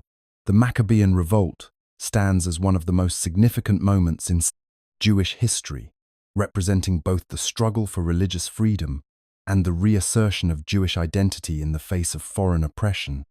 In the 2nd century BCE, the Seleucid Empire, under King Antiochus IV Epiphanes, sought to impose Hellenistic culture and religion upon the Jewish people. This included the desecration of the Jerusalem temple, where pagan rituals were introduced, and the outlawing of Jewish customs, such as circumcision and the observance of the Sabbath. The imposition of these foreign laws sparked a fierce resistance from the Jewish people, culminating in the revolt led by the Maccabees, a family of priests from the village of Modian. The Maccabees, led initially by Mattathias and later by his son Judah, were motivated by their unwavering devotion to the Jewish faith and a deep sense of injustice. When Antiochus's soldiers arrived in Modian to enforce his decrees, Mattathias killed a fellow Jew who had complied with the king's orders, and his family fled into the hills to begin the revolt. The small group of insurgents grew in strength, gaining support from rural Jews who were equally outraged by the persecution. Judah, known for his military prowess, led a series of successful battles against the vastly superior Seleucid forces, utilizing guerrilla tactics and capitalizing on the zeal of his followers. The Maccabees' victories culminated in the recapture of Jerusalem and the rededication of the temple, an event that remains one of the most enduring symbols of Jewish resilience and faith. The temple, which had been desecrated by Antiochus and turned into a center for idol worship, was cleansed and purified. The altar was rebuilt, and the menorah was rekindled, symbolizing the triumph of light over darkness. This rededication is commemorated by the Jewish holiday of Hanukkah, which celebrates the miraculous nature of the event, the oil that should have lasted only a day, burning for 8. Following the rededication, the Maccabees consolidated their power, establishing the Hasmonean dynasty, which would rule Judea for over a century. The Hasmonean rulers, though initially leaders of a religious revolt, began to take on political and military roles, creating a semi-independent Jewish state that expanded its borders through a series of successful campaigns. The dynasty's power, however, was not without its struggles. Internal divisions, conflicts over succession, and the increasing influence of Hellenistic culture created challenges. Despite these struggles, the Maccabean revolt had restored Jewish independence, albeit briefly, and reaffirmed the centrality of the temple in Jewish religious life. In the end, the revolt was not only a military victory but also a statement of cultural and spiritual survival. The Maccabean revolt embodied the strength of a people determined to preserve their identity and faith, even in the face of overwhelming adversity. It marked a pivotal moment in Jewish history, reminding future generations of the importance of resistance against tyranny and the power of self-determination. The Roman conquest of Canaan, though gradual, was marked by strategic military campaigns and calculated political maneuvering. By the time the Romans set their sights on the region, it had been a melting pot of various empires, each leaving its mark on the land. In 63 BCE, the Roman general Pompey brought Judea under Roman control, though the process of full annexation and incorporation into the Roman Empire unfolded over several decades. Initially, the Romans allowed a certain degree of autonomy to the Jewish people by preserving their local rulers, such as the Hasmonean dynasty. But this independence was steadily eroded as Roman influence grew stronger. The establishment of Roman provinces in the region altered the political landscape.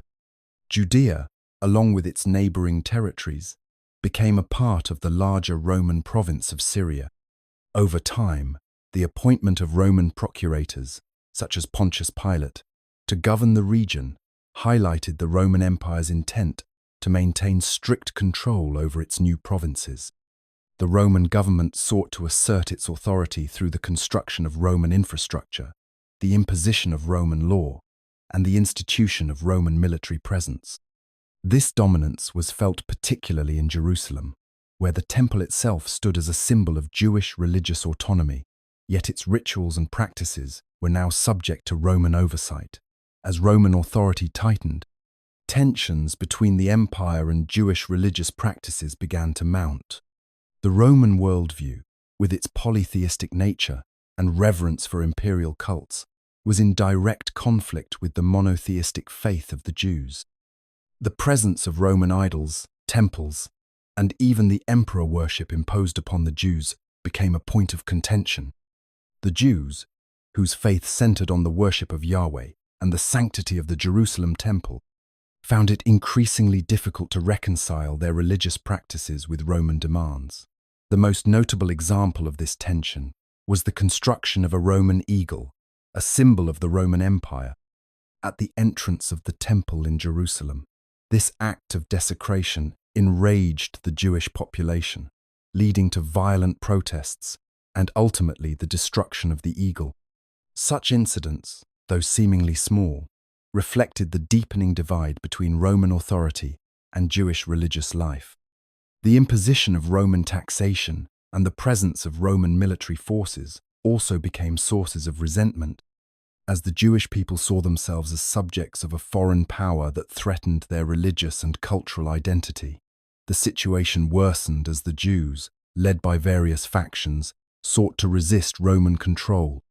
Rebellions, such as the Great Jewish Revolt in 66 CE, erupted as a response to the increasing Roman encroachment on Jewish traditions and governance. Despite the efforts of resistance movements, the Romans crushed these uprisings with overwhelming force. The siege of Jerusalem in 70 CE, culminating in the destruction of the Second Temple, marked the tragic end of Jewish political sovereignty in Canaan and a profound loss of cultural and religious heritage. The Roman conquest of Canaan thus left a lasting imprint on the region, one that reshaped the religious, political, and social fabric of Jewish life. The tension between Roman authority and Jewish practices continued to reverberate through the centuries, influencing the course of Jewish history and its relationship with the broader world. The life of Jesus of Nazareth stands as one of the most transformative in history, not only in religious terms, but also in the broader context of political and social upheaval in Canaan under Roman rule.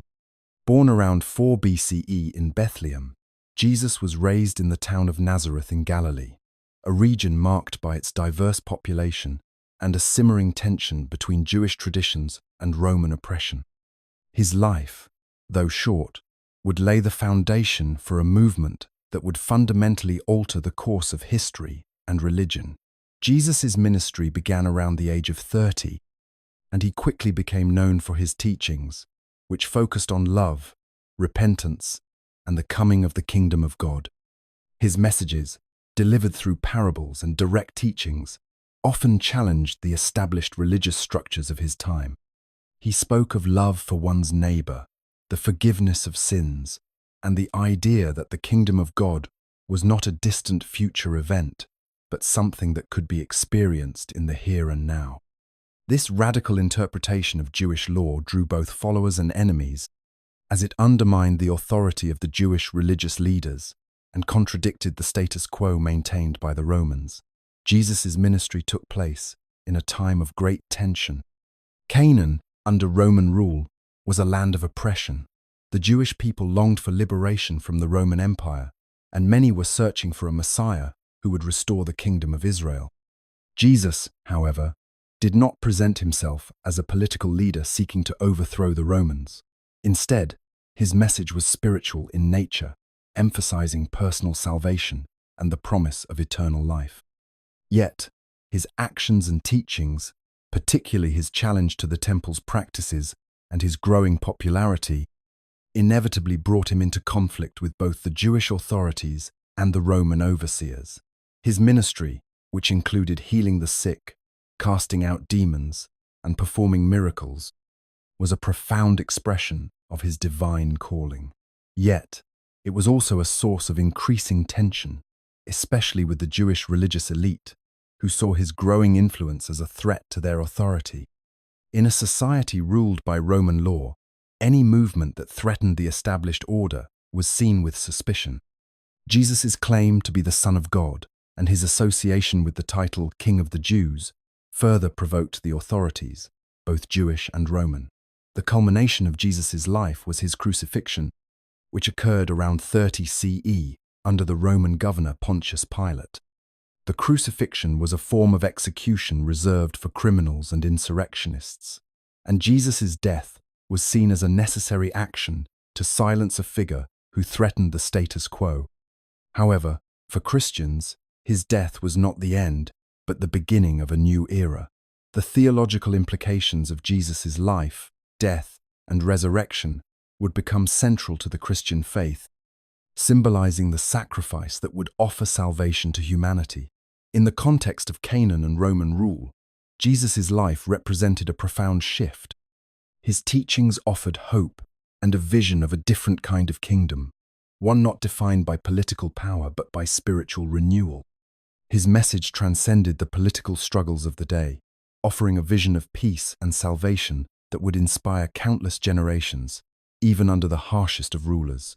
The crucifixion of Jesus of Nazareth, one of the most pivotal events in history, marked the end of his earthly ministry but also the beginning of a new religious movement that would profoundly shape the course of world history. Around the year 30 CE, Jesus was arrested, tried, and sentenced to death by crucifixion under the Roman governor Pontius Pilate. His execution was the culmination of increasing tensions between Jesus and the Jewish religious authorities, as well as the Roman Empire, which feared any movement that might challenge the status quo. Jesus' claim to be the Messiah, the Son of God, and his growing popularity among the Jewish people had created a sense of urgency among the authorities, leading to his brutal execution. The crucifixion itself, a method of execution reserved for the most serious criminals and insurrectionists, was both a physical and symbolic act.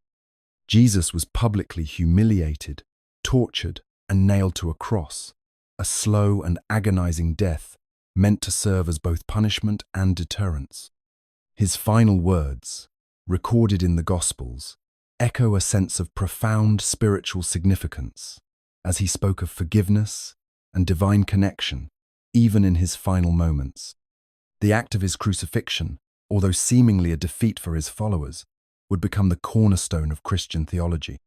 For Christians, Jesus' death was not merely a tragic end, but a divine sacrifice meant to atone for the sins of humanity, opening the way for salvation. The resurrection of Jesus, 3 days after his death, became the foundation of Christian belief.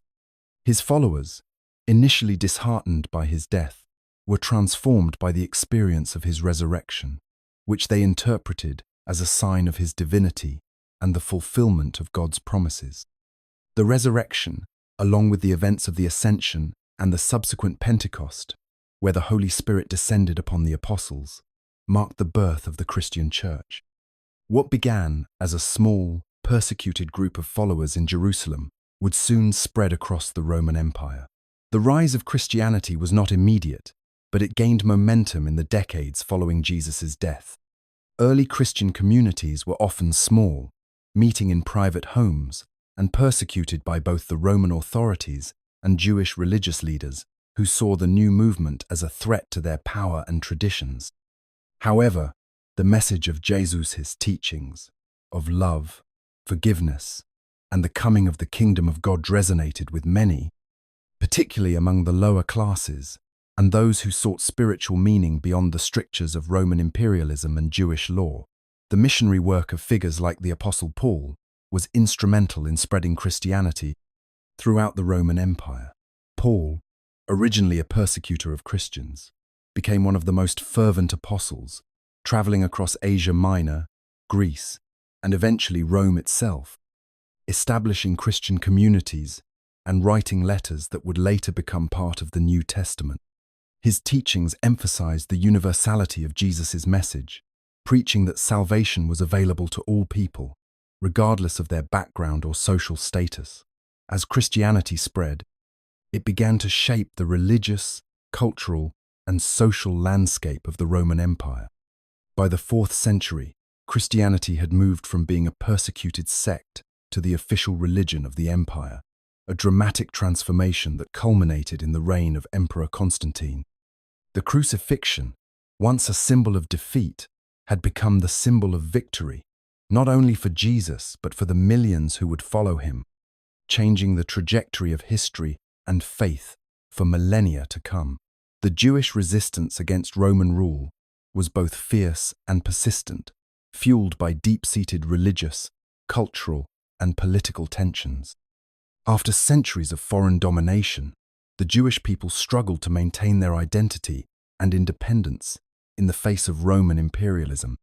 The period of Roman occupation, which began with the annexation of Judea in 63 BCE, saw mounting resentment among the Jewish population due to oppressive taxes, religious restrictions, and the influence of Roman culture on their sacred traditions. This resistance eventually culminated in 2 major revolts, the Great Revolt and the Bar Kokhba Revolt.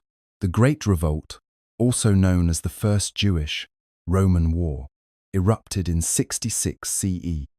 It was triggered by a combination of factors, including Roman religious interference, economic hardships, and the high-handedness of Roman governors.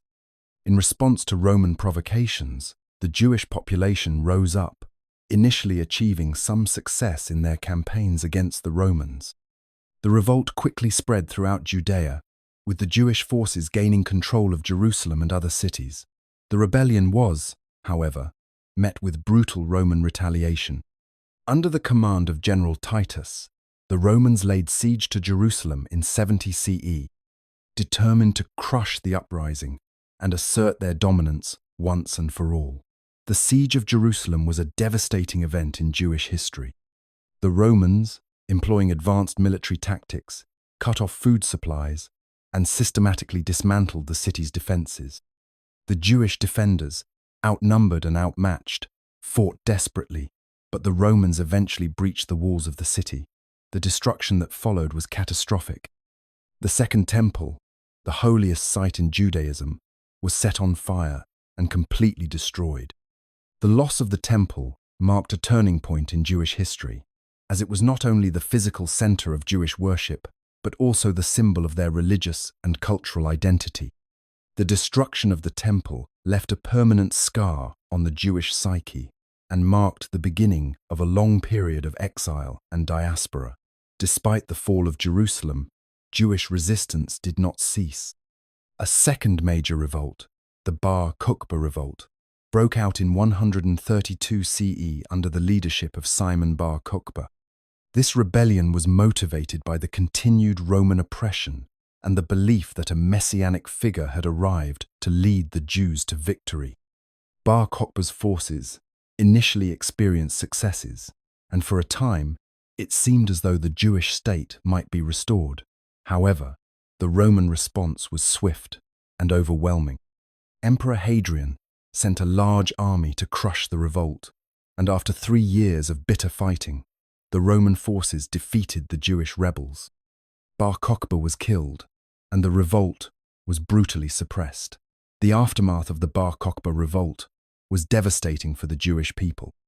In the wake of the destruction, Hadrian imposed harsh measures, including the renaming of Judea to Palestina, in an effort to erase Jewish identity from the land.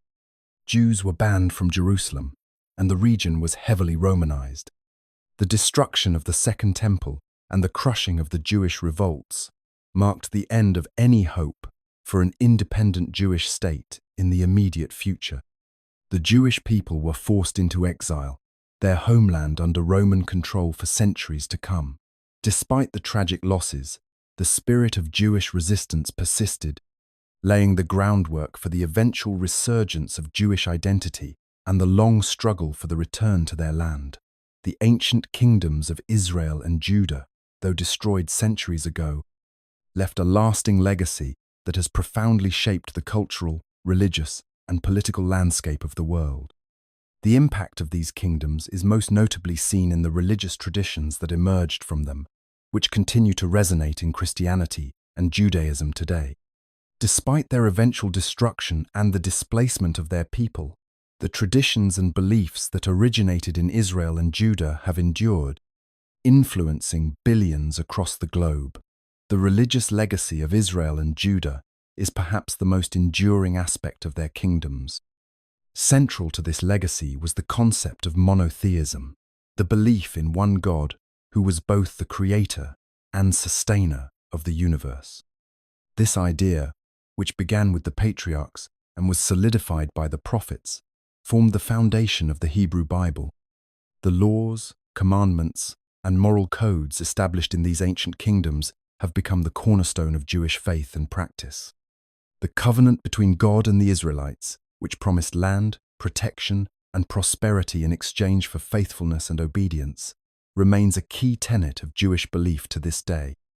The stories of the patriarchs, the Exodus, the kings, and the prophets are more than just historical narratives. They are spiritual and moral guides that continue to inspire and instruct. The influence of the ancient kingdoms of Israel and Judah also reverberates through Christianity. Jesus of Nazareth, the central figure of Christianity, was born in the region once known as Israel. His teachings, life, and death were deeply rooted in the Jewish tradition and drew heavily from the scriptures of the Hebrew Bible.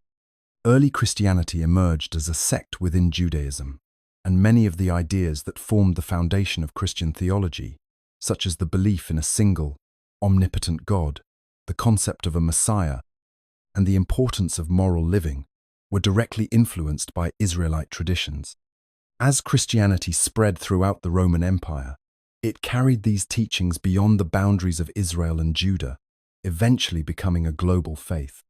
The spread of Christianity helped to disseminate Israelite religious concepts throughout the world, making the ancient stories, prayers, and scriptures accessible to diverse cultures. The cultural legacy of the Israelites is also far-reaching. The concept of justice, the importance of community, and the role of law in shaping society were central to the governance of ancient Israel and Judah. These ideas have influenced the development of Western legal systems, particularly the notion of a moral code that governs human behavior. The Ten Commandments, in particular, have had a significant impact on the ethical frameworks of many societies. Additionally, the arts and literature of the ancient Israelites, from the poetry of the Psalms to the wisdom literature of Proverbs and Ecclesiastes, continue to be valued for their spiritual insight and literary merit. Politically, the kingdoms of Israel and Judah helped to shape the identity of the Jewish people. The exile, the destruction of their kingdoms, and the eventual return to their land after the Babylonian captivity contributed to a sense of resilience and continuity. The experience of being a displaced people, with no central homeland for centuries, has had a lasting effect on Jewish identity, fostering a deep connection to their religious and cultural roots. This sense of continuity, despite adversity, continues to define Jewish communities around the world today. In the end, the legacy of the ancient kingdoms of Israel and Judah is not just confined to the pages of history. Their religious, cultural, and political influences continue to shape the beliefs, practices, and identity of millions around the world. Through Christianity, Judaism, and the continued influence of Israelite traditions, the legacy of these ancient kingdoms endures, a testament to the enduring power of faith and culture. The Canaanite civilization, while often overshadowed by the more prominent empires of the ancient world, exerted a significant influence on neighboring cultures, including Egypt, Mesopotamia, and Greece. Situated at the crossroads of the ancient Near East, Canaan's strategic location made it a melting pot of cultural exchange, facilitating the transmission of ideas, technologies, and religious practices that would resonate throughout the ancient world. In Egypt, the Canaanites were among the many peoples who interacted with the ancient Egyptians through trade, diplomacy, and occasional conflict. The influence of Canaanite culture can be seen in Egyptian art, architecture, and religious practices. For instance, the Canaanite goddess Asherah, a major deity in Canaanite religion, found her way into the Egyptian pantheon in some form, reflecting the religious syncretism between these two cultures. Egyptian artifacts also reveal Canaanite-style pottery and textiles, which indicate the presence of Canaanite artisans and the adoption of Canaanite craft techniques. The cities of Canaan, with their well-developed trade routes, played a pivotal role in the exchange of goods between Egypt and other regions, including Mesopotamia, further solidifying Canaan's cultural relevance. In Mesopotamia, the Canaanites left their mark through both trade and warfare. Canaanite merchants were active in Mesopotamian cities, bringing with them valuable goods such as wine, olive oil, and textiles. These goods were not only sought after for their practical value, but also for their cultural associations. Canaanite religious ideas, including concepts of divine kingship and ritual sacrifice, influenced the religious practices of the Mesopotamians. Canaanite military tactics and strategies, honed through centuries of defending their city-states, also found their way into Mesopotamian warfare. The stories of the Canaanite city-states, with their intricate political and social structures, were often used as models by the Mesopotamians, who admired their resilience and organization. Perhaps the most enduring influence of the Canaanites can be seen in the ancient Greek world. The Greeks were heavily influenced by Canaanite art, particularly in the form of pottery and sculpture. Canaanite artistic motifs, including stylized depictions of animals, human figures, and nature, can be seen in early Greek art, indicating a direct cultural exchange. The Greek alphabet itself is thought to have been inspired by the Canaanite script, which was one of the earliest forms of writing in the ancient world. This adaptation laid the foundation for the Greek language, which would eventually become the language of philosophy, science, and literature in the Western world. Even as Canaanite civilization declined and its city-states were absorbed by larger empires, many of its practices continued to resonate in later periods.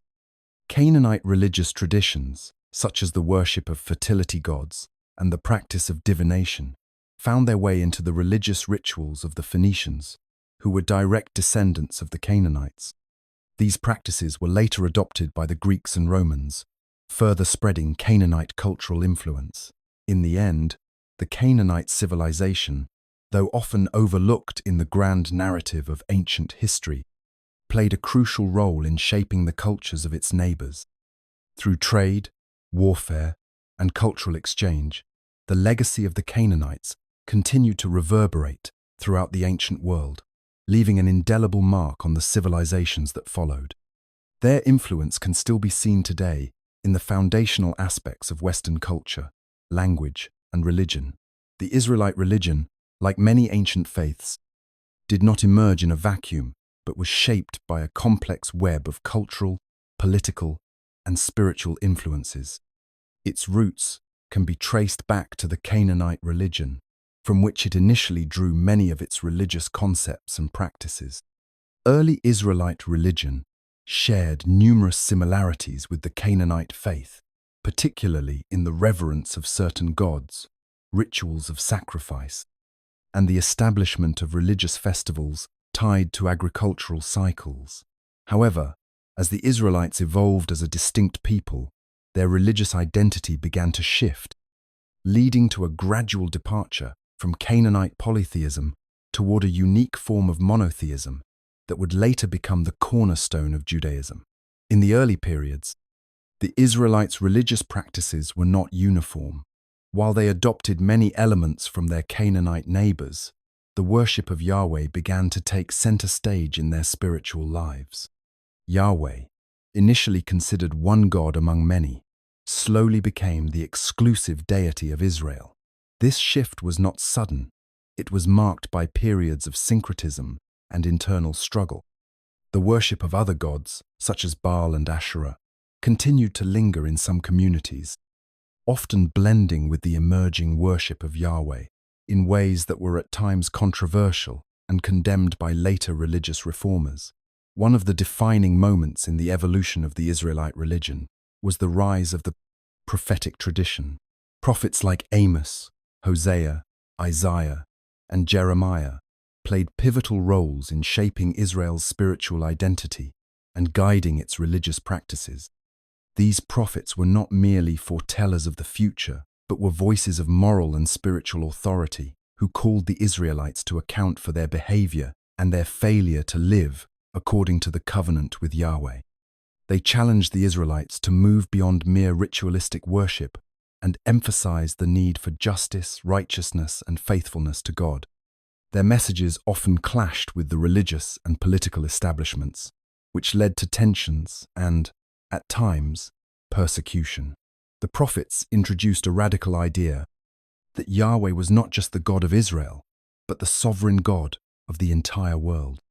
This idea of universal divine rule was a departure from the more localized understanding of deity that had characterized the Canaanite religion.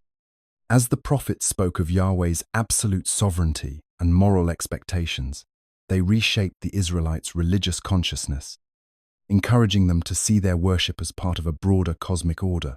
This period also witnessed the formalization of religious practices and the codification of laws.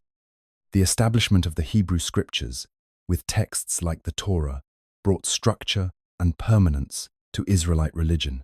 Laws regarding purity, sacrifice, and social justice became more defined, and religious observances like the Passover and the Day of Atonement became central to Israelite identity. The prophetic voices of the period were instrumental in guiding the Israelites toward a faith rooted not just in rituals and sacrifices, but in the ethical demands of their covenant with God. Their emphasis on social justice, caring for the poor, and rejecting idolatry laid the foundation for the monotheistic faith that would ultimately define Judaism and continue to influence Christianity and Islam in the centuries to come. The evolution of the Israelite religion from its Canaanite origins to the distinct monotheism of Judaism represents a profound transformation, one driven by divine revelation, prophetic insight, and the relentless pursuit of a deeper spiritual understanding. In ancient Canaan, as in many ancient societies, the roles of women were deeply intertwined with both social expectations and religious practices.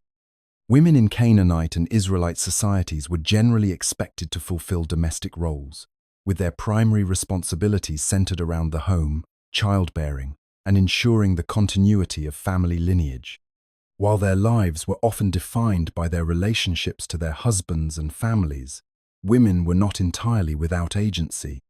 They played crucial roles in religious rituals, agricultural life, and even political matters, though their influence was typically constrained by the patriarchal structure of their societies. In Canaanite society, the roles of women were closely linked to the worship of fertility gods and goddesses, such as Asherah, the mother goddess, and Baal, the storm god. These deities represented fertility, agriculture, and the continuity of life, and women were often associated with rituals that centered on fertility rites, childbirth, and household prosperity. It was in these spaces that women held a certain level of authority, acting as intermediaries between the divine and the domestic sphere. Priestesses and other religious figures held significant power, especially in the temple communities dedicated to these deities, though their roles were often overshadowed by male priests and kings. As Israelite society began to form and distinguish itself from its Canaanite neighbors, the role of women became more defined by the patriarchal values enshrined in the Mosaic Law. While the Bible contains laws that offer protection for women, such as provisions for inheritance and the rights of widows, they also reflect the subordinated position of women in relation to men. For instance, women were generally excluded from leadership roles, and their primary functions were centered around domestic duties. However, women in Israelite society also participated in religious practices, particularly in the temple and the family worship, which was a key component of Israelite life. Despite these limitations, notable women in the biblical and historical accounts of ancient Israel and Canaan made significant contributions. Figures like Deborah, the prophetess and judge, are remembered for their leadership during a time of national crisis. Deborah not only served as a political and military leader, but also as a spiritual guide, providing counsel and delivering God's judgment. Her story highlights the possibility of female leadership in a male-dominated society, showing that, at times, women could break through traditional barriers and influence the course of history. Other women, such as Ruth and Esther, are also celebrated for their roles in Israelite history. Ruth, a Moabite widow, is remembered for her loyalty to her mother-in-law, Naomi, and her role in ensuring the survival of her family line, which would eventually lead to the birth of King David. Esther, a Jewish queen of Persia, played a pivotal role in saving the Jewish people from genocide, using her position of power to intervene in political affairs. Both women exemplify courage, wisdom, and the capacity to shape the destiny of their people, often navigating complex social and political landscapes to secure the welfare of their communities. Women in ancient Canaan and Israel, though often relegated to the private sphere, were key players in the preservation and continuation of their societies. Their stories, while not always at the forefront of historical and religious narratives, remain essential to understanding the fabric of ancient life. Through their actions, whether in domestic settings, religious contexts, or even in moments of national crisis, women shaped the development of Canaanite and Israelite cultures, leaving a legacy that resonates through the ages. Canaanite art and architecture reflect the unique blend of cultural influences that shaped the ancient Levant. From the earliest periods of settlement to the more established city-states, Canaanite craftsmanship revealed not only the practical needs of everyday life, but also the religious, social, and political values of the people. Pottery, sculpture, and architectural forms developed in this region were deeply interwoven with the natural environment and the complex interactions Canaanites had with their neighbors, such as the Egyptians, Mesopotamians, and Hittites. Canaanite pottery is among the most distinctive and widely studied artifacts from the ancient world. Early pottery styles were often simple, functional, and utilitarian, designed for daily use in storage, cooking, and transport. Over time, however, Canaanite pottery evolved to reflect both aesthetic and symbolic significance. Intricate designs began to emerge, often incorporating geometric patterns, spirals, and motifs that were inspired by the surrounding natural world, such as plants and animals. These vessels were not only practical but also carried religious significance, as many were used in temple rituals or for offerings to gods. The shapes and decorations of the pottery often spoke to the social status of their owners, with finely crafted, painted ceramics signifying wealth or religious devotion. Canaanite sculpture, particularly in the form of figurines and relief carvings, provides another insight into the artistic expression of the people. Small figurines made of clay, stone, or ivory were often used in religious rituals, depicting gods, goddesses, and animals. Some of these idols were thought to have protective powers or were used in fertility rites, reflecting the deeply spiritual nature of Canaanite culture. Large-scale reliefs, found in places like the temples and palaces, often depicted scenes of gods and kings in battle or in acts of divine intervention. These works not only served as representations of power and authority, but also as ways to communicate the people's devotion to the deities who governed their lives. The architecture of the Canaanites, particularly in their city-states, is another testament to their craftsmanship.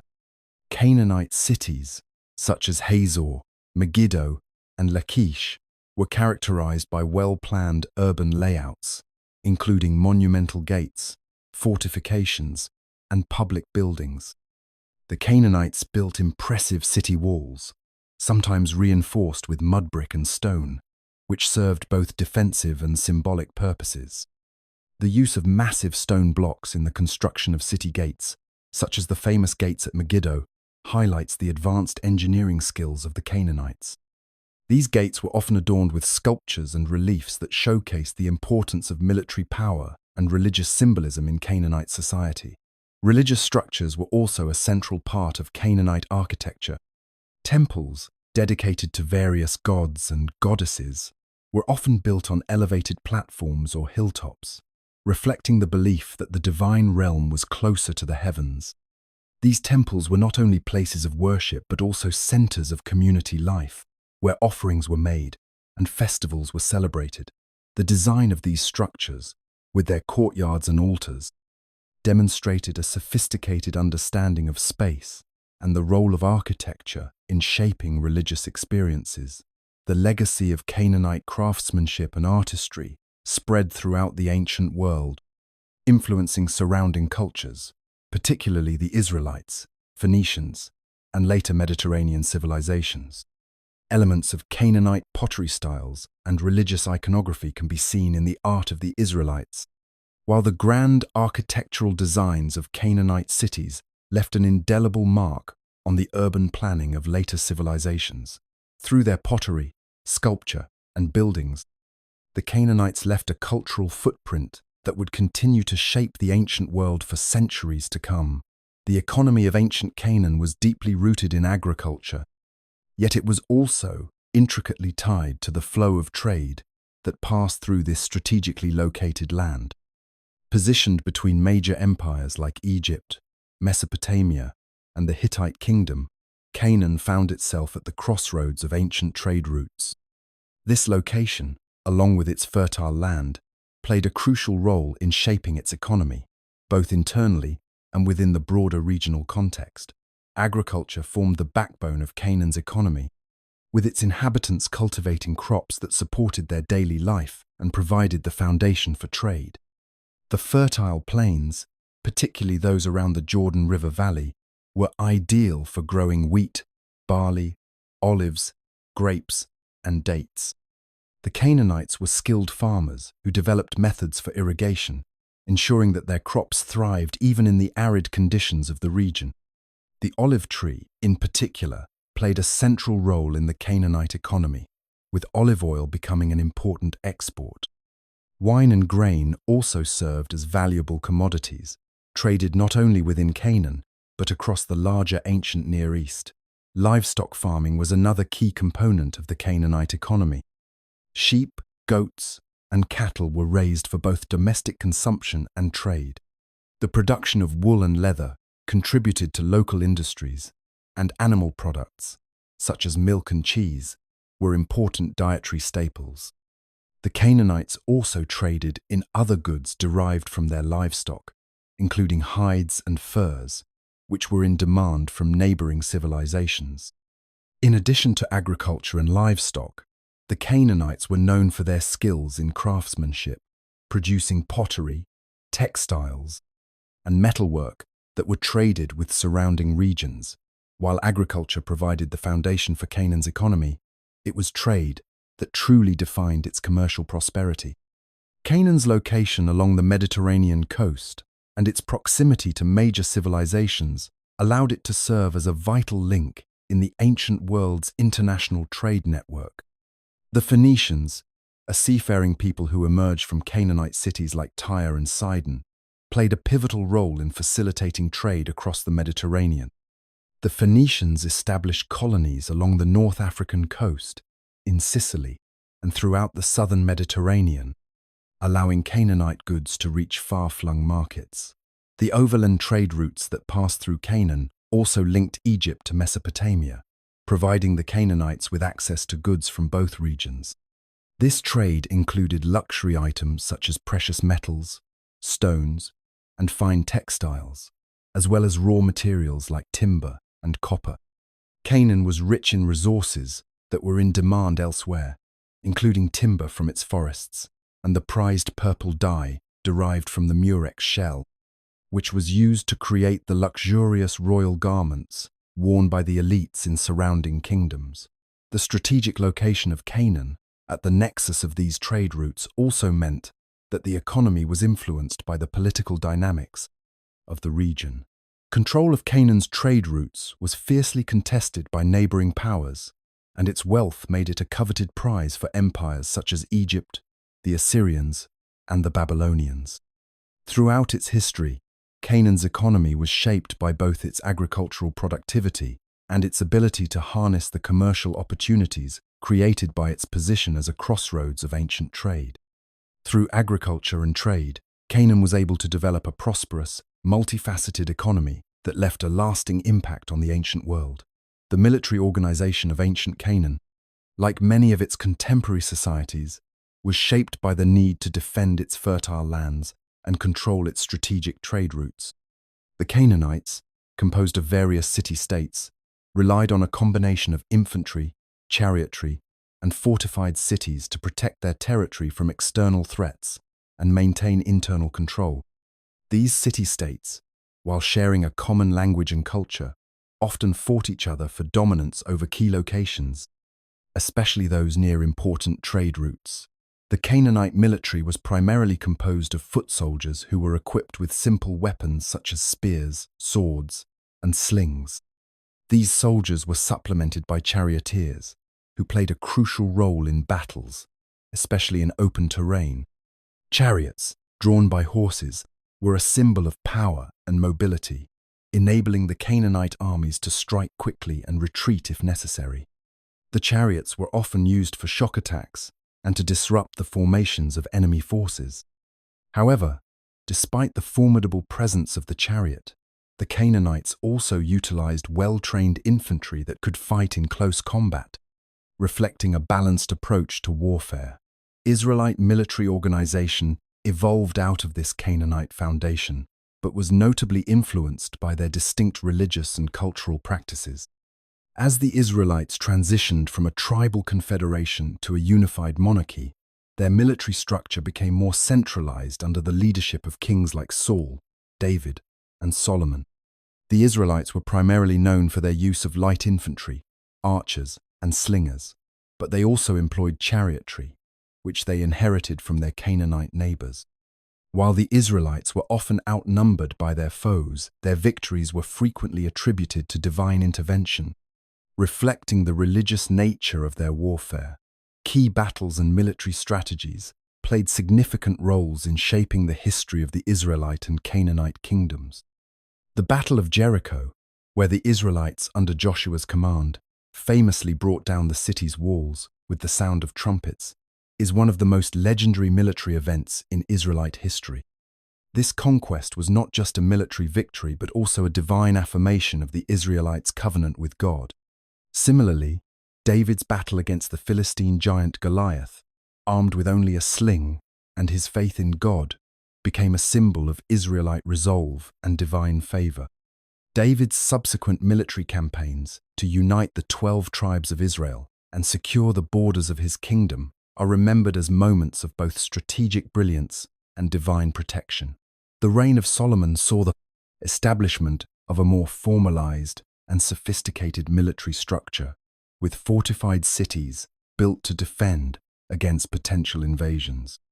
Solomon's military alliances, particularly with the Phoenicians, also played a role in securing Israel's position in the region. However, the constant threat of invasions, especially from neighboring powers like Egypt, Assyria, and later Babylon, kept the Canaanite and Israelite military forces on constant alert.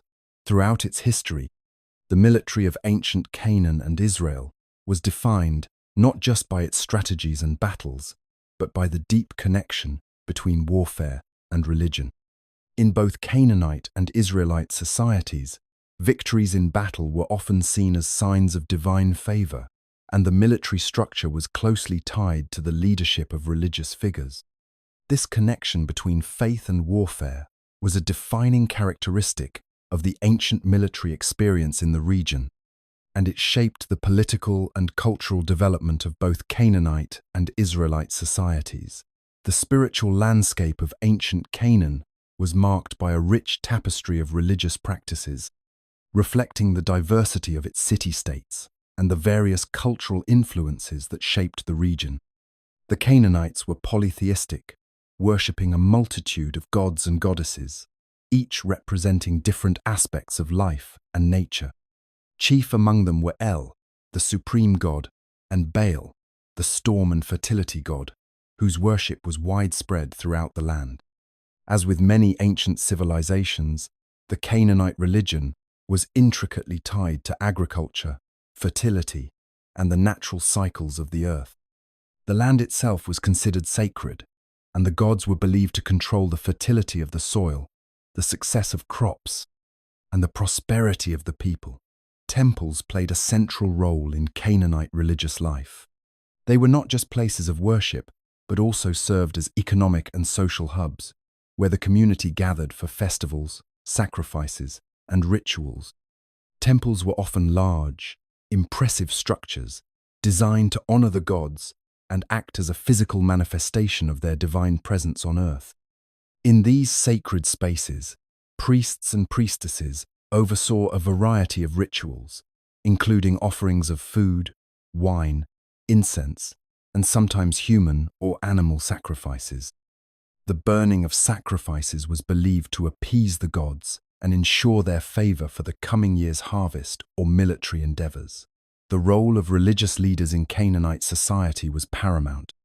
Priests and priestesses were regarded with great respect and often held significant political influence within their communities. Their duties included performing rituals, interpreting divine will through omens or dreams, and ensuring that the people adhered to religious laws. In times of crisis, such as during droughts or military threats, the religious leaders would play a key role in guiding the community's response, often calling for fasting, prayers, or sacrifices to invoke divine intervention. With the Israelite conquest of Canaan, the spiritual landscape began to shift. While many of the Canaanite religious practices persisted, the Israelites introduced a distinctive form of monotheism, worshipping Yahweh as the one true God. This religious transformation was not immediate and was marked by significant tensions, as the Israelites often struggled to shed the influence of Canaanite religious customs. The Israelites' belief in a single, all-powerful God was in direct opposition to the Canaanite polytheistic system, and this clash was a key element in the narrative of the conquest. After the conquest, the Israelite temples and shrines, like the one in Shiloh, began to take on increasing importance.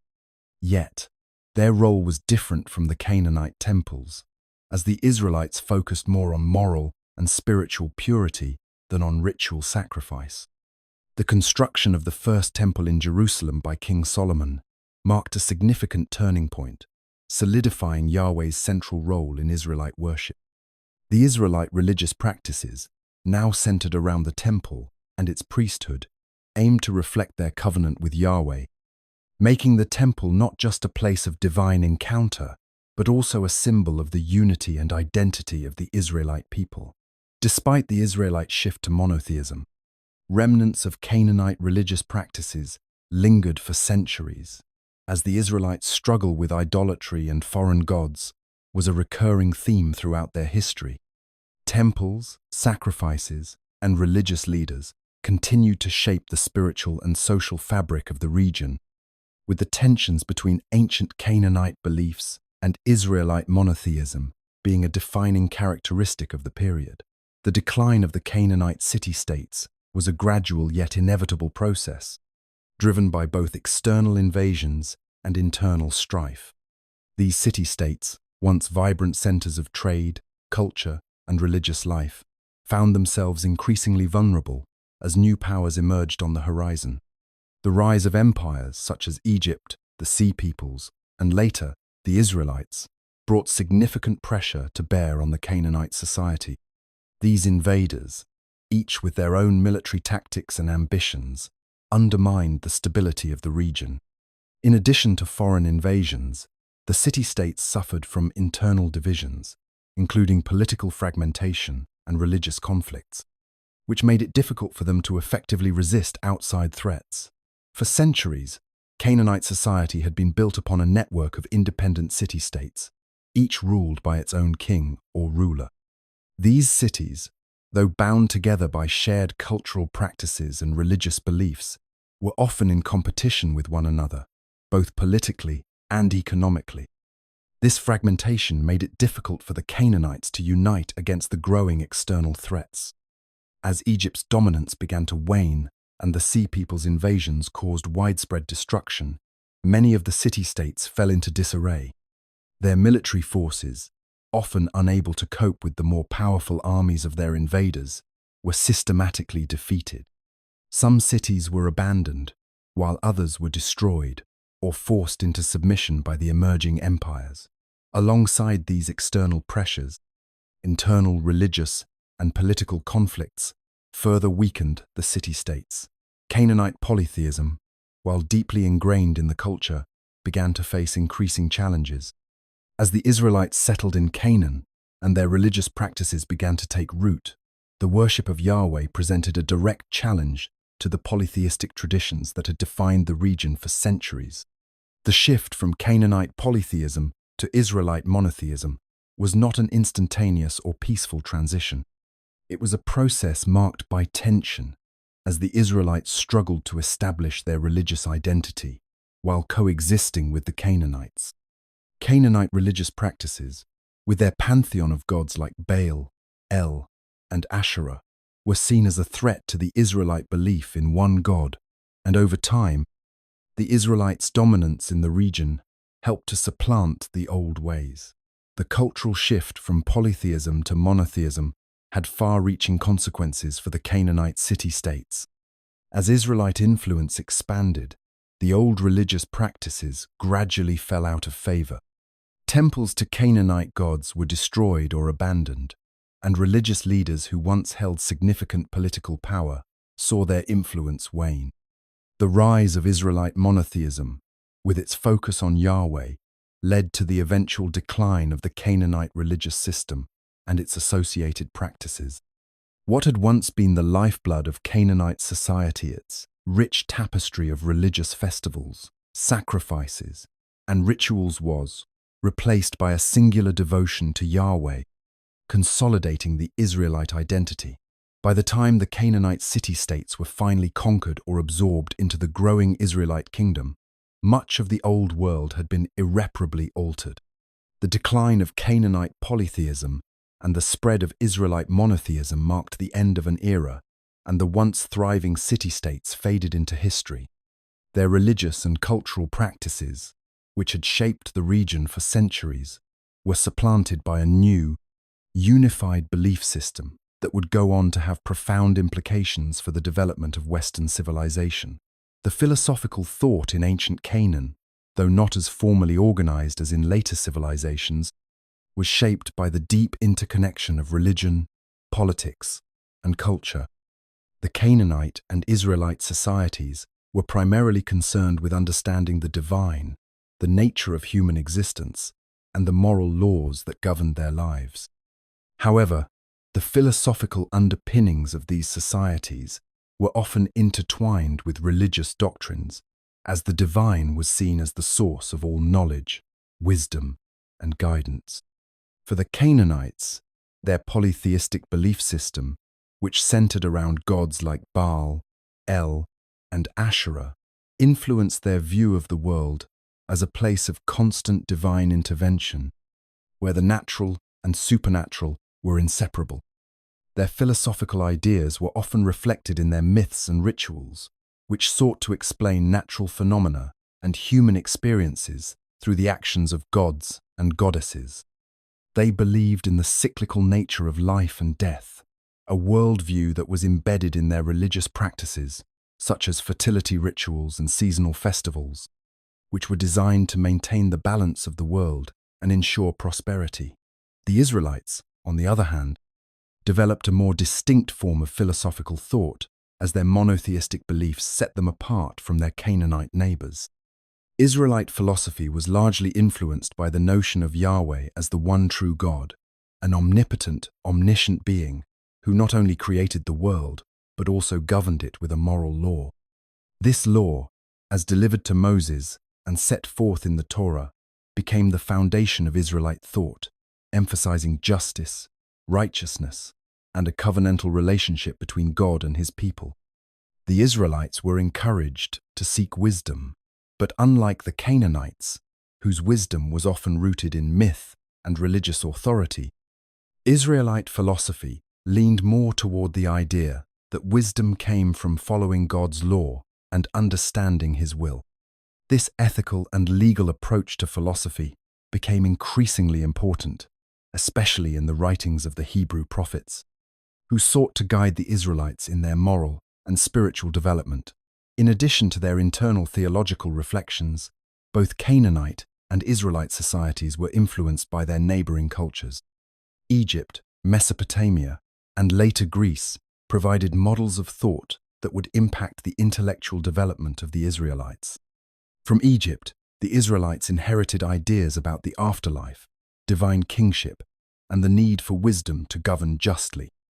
Mesopotamian philosophy, with its focus on law codes and the search for order in a chaotic world, likely influenced the development of Israelite legalism, particularly in the establishment of their own system of laws. The Israelites were also aware of Greek thought, especially during the Hellenistic period, which introduced ideas of reason, ethics, and metaphysics that would later intertwine with their own traditions.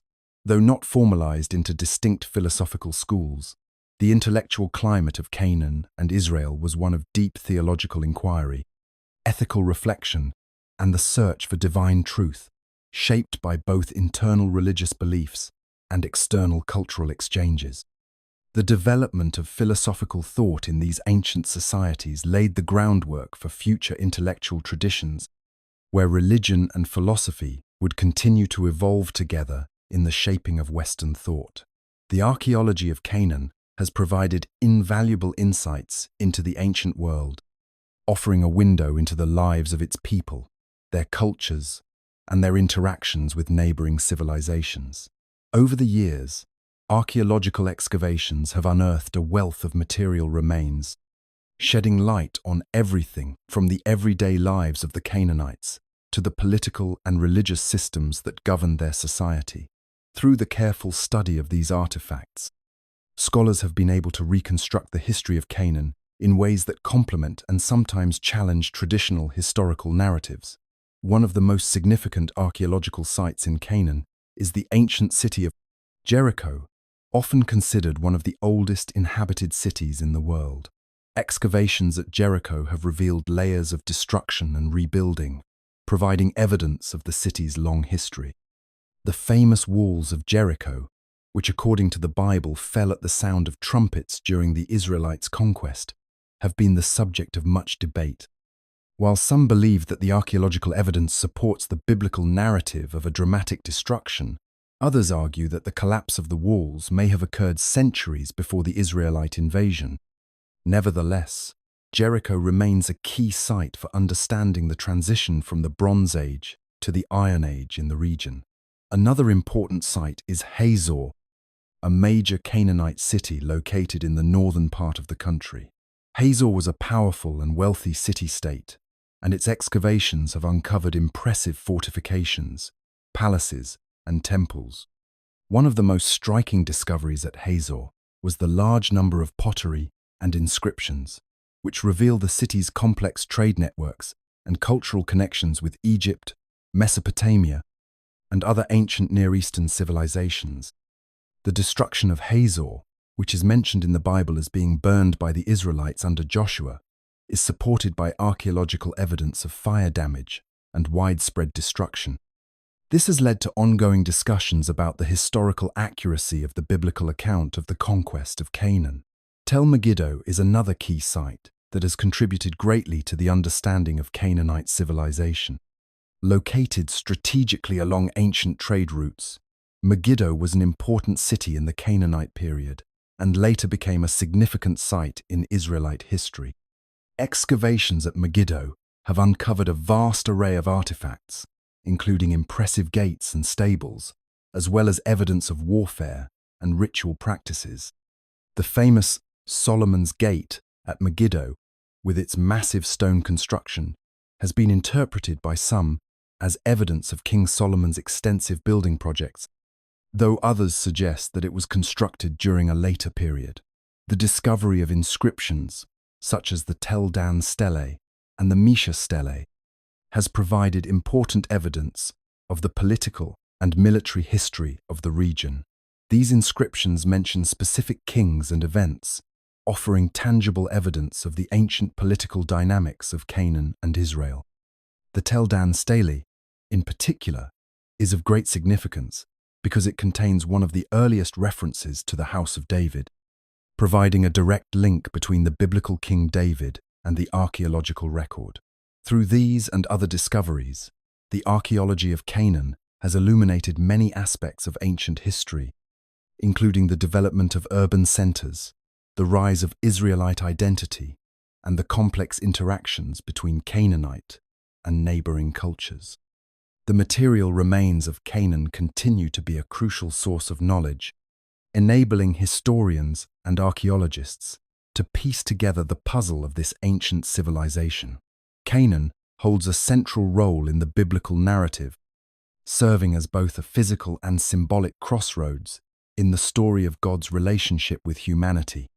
It is in the land of Canaan that many of the foundational events of the Bible unfold, from the covenant with Abraham to the establishment of Israel as a nation under the leadership of figures like Moses, Joshua, and David. Theologically, Canaan is not merely a geographical location. It represents the fulfillment of divine promises and the ongoing struggle between faithfulness and rebellion. In the Old Testament, Canaan is introduced as the Promised Land, a place that God had promised to Abraham and his descendants. This promise is first made in Genesis when God tells Abraham to leave his homeland and go to a land that he would show him. This promise of land becomes a key theme throughout the Bible, symbolizing the blessing and inheritance that God offers to his people. The land of Canaan, with its fertile soil and strategic location, is portrayed as the ultimate reward for Israel's faithfulness, a place where they would establish a nation dedicated to the worship of the one true God. The Israelites' eventual conquest of Canaan, under the leadership of Joshua, marks the fulfillment of this promise, but it is also the beginning of a new chapter, where the people must learn to live according to God's laws in a land surrounded by other peoples and cultures. Canaan's theological significance is evident in its role as a testing ground for the faith of God's people. Throughout the Old Testament, the land is a place where the Israelites' obedience to God is continually tested. From the stories of the Judges, where the Israelites repeatedly fall into cycles of sin and repentance, to the warnings of the prophets, who condemn Israel and Judah for their idolatry and injustice, Canaan becomes the backdrop against which the people's relationship with God is played out. The land's fertility and prosperity are often linked to the people's obedience, while periods of drought, famine, and foreign invasion serve as signs of divine disfavor when the Israelites stray from their covenant with God. In the New Testament, Canaan's significance shifts as the focus moves from the physical land to a broader spiritual interpretation. Canaan is still mentioned as the setting for key events in Jesus' life, such as his ministry in Galilee and his final entry into Jerusalem. Yet, theologically, Canaan takes on a new meaning. Jesus, in his teachings, often refers to the kingdom of God, a spiritual realm where God's will reigns supreme.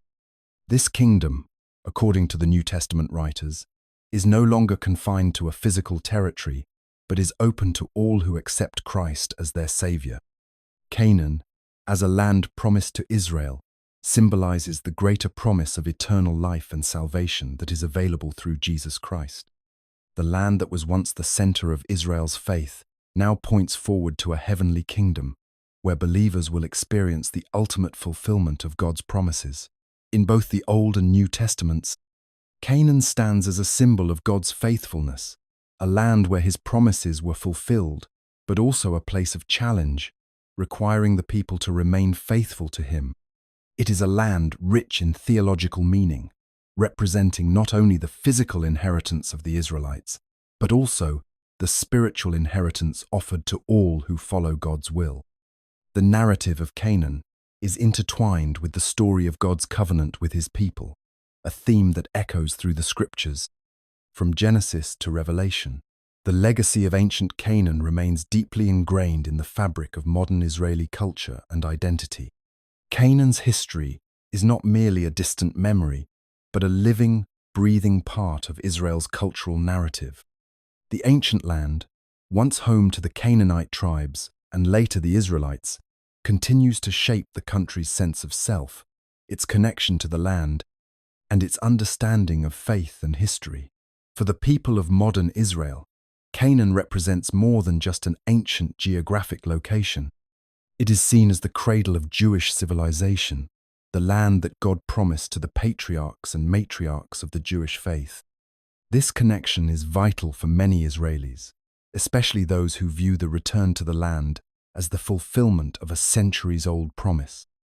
The history of the Israelites in Canaan, from the conquest under Joshua to the rise of the united monarchy under Saul, David, and Solomonis, seen as foundational to the Jewish people's ongoing relationship with the land. For many, the very existence of Israel today is a direct continuation of that ancient legacy, a restoration of a nation that was once exiled but now, through the establishment of the modern state of Israel, has returned home. In Israel today, Canaan's historical and religious significance is felt everywhere. The landscape, dotted with archaeological sites and ancient ruins, tells the story of the land's early civilizations, including the Canaanites, the Israelites, and later empires like the Romans and Ottomans. Places like Jerusalem, Hebron, and Megiddo are not only tourist destinations but spiritual touchstones for Israelis, representing deep connections to their ancestors and the traditions that have been passed down for millennia. The very land itself is a reminder of the struggles, triumphs, and tragedies that have shaped Jewish history. Modern Israel's political and cultural identity is also tied to the ancient Canaanite and Israelite past. For example, the notion of the Promised Land still resonates in the Israeli ethos, influencing the country's narrative of reclaiming and rebuilding the land after centuries of exile. Canaan's historical significance also underscores Israel's enduring focus on security and the preservation of its sovereignty. The people of Israel understand that their land, once fought for by ancient tribes and empires, remains a place of conflict and contestation, making the connection to their past not only a matter of spiritual heritage, but also a geopolitical reality. The legacy of Canaan is also reflected in Israel's vibrant cultural and intellectual life. Literature, art, music, and even modern Israeli cuisine are all influenced by ancient traditions and historical experiences that stretch back to Canaanite and Israelite civilizations. Modern Israeli thinkers and writers draw inspiration from the ancient texts, myths, and stories of Canaan, interpreting them in the context of contemporary life and challenges. The ancient culture of Canaan, in its diverse religious practices and its eventual transformation through the influence of Israelite monotheism, continues to be a wellspring of inspiration for discussions on Jewish identity, tradition, and continuity. Canaan's legacy lives on in the daily life of modern Israel. Its history is not only a matter of academic study or archaeological excavation, but is woven into the fabric of Israeli national consciousness, continually influencing how Israelis understand their past, their land, and their future. The historical accuracy of the Bible, particularly in relation to the ancient land of Canaan, has been a topic of ongoing scholarly debate for centuries. The biblical accounts of Canaan, from the conquest of Joshua to the reigns of the Israelite kings, are rich in theological significance, but also contain historical narratives that scholars and archaeologists have sought to corroborate with physical evidence. The relationship between the Bible and archaeology has proven to be both complex and enlightening, as excavations have revealed both confirmations and contradictions to the biblical text. Archaeology plays a critical role in examining the Bible's depiction of ancient events. Excavations in Canaan and its neighboring regions have uncovered a wealth of material culture, including city walls, pottery, inscriptions, and ancient texts, which provide a window into the past. These findings help to paint a more detailed picture of life in ancient Canaan, including the structures of its cities, the nature of its agricultural economy, and the religious practices of its inhabitants. Archaeologists have also uncovered evidence of interactions between the Canaanites and their neighbors, including the Egyptians, the Hittites, and the Israelites. However, despite these discoveries, the task of aligning the Bible's narrative with the archaeological record remains challenging. One area where archaeology has contributed significantly is the study of the conquest of Canaan. The Bible's account of the Israelites' military victories under Joshua, particularly the fall of Jericho, has long been scrutinized. Archaeological excavations at Jericho, for example, have revealed evidence of a large, fortified city with destruction layers.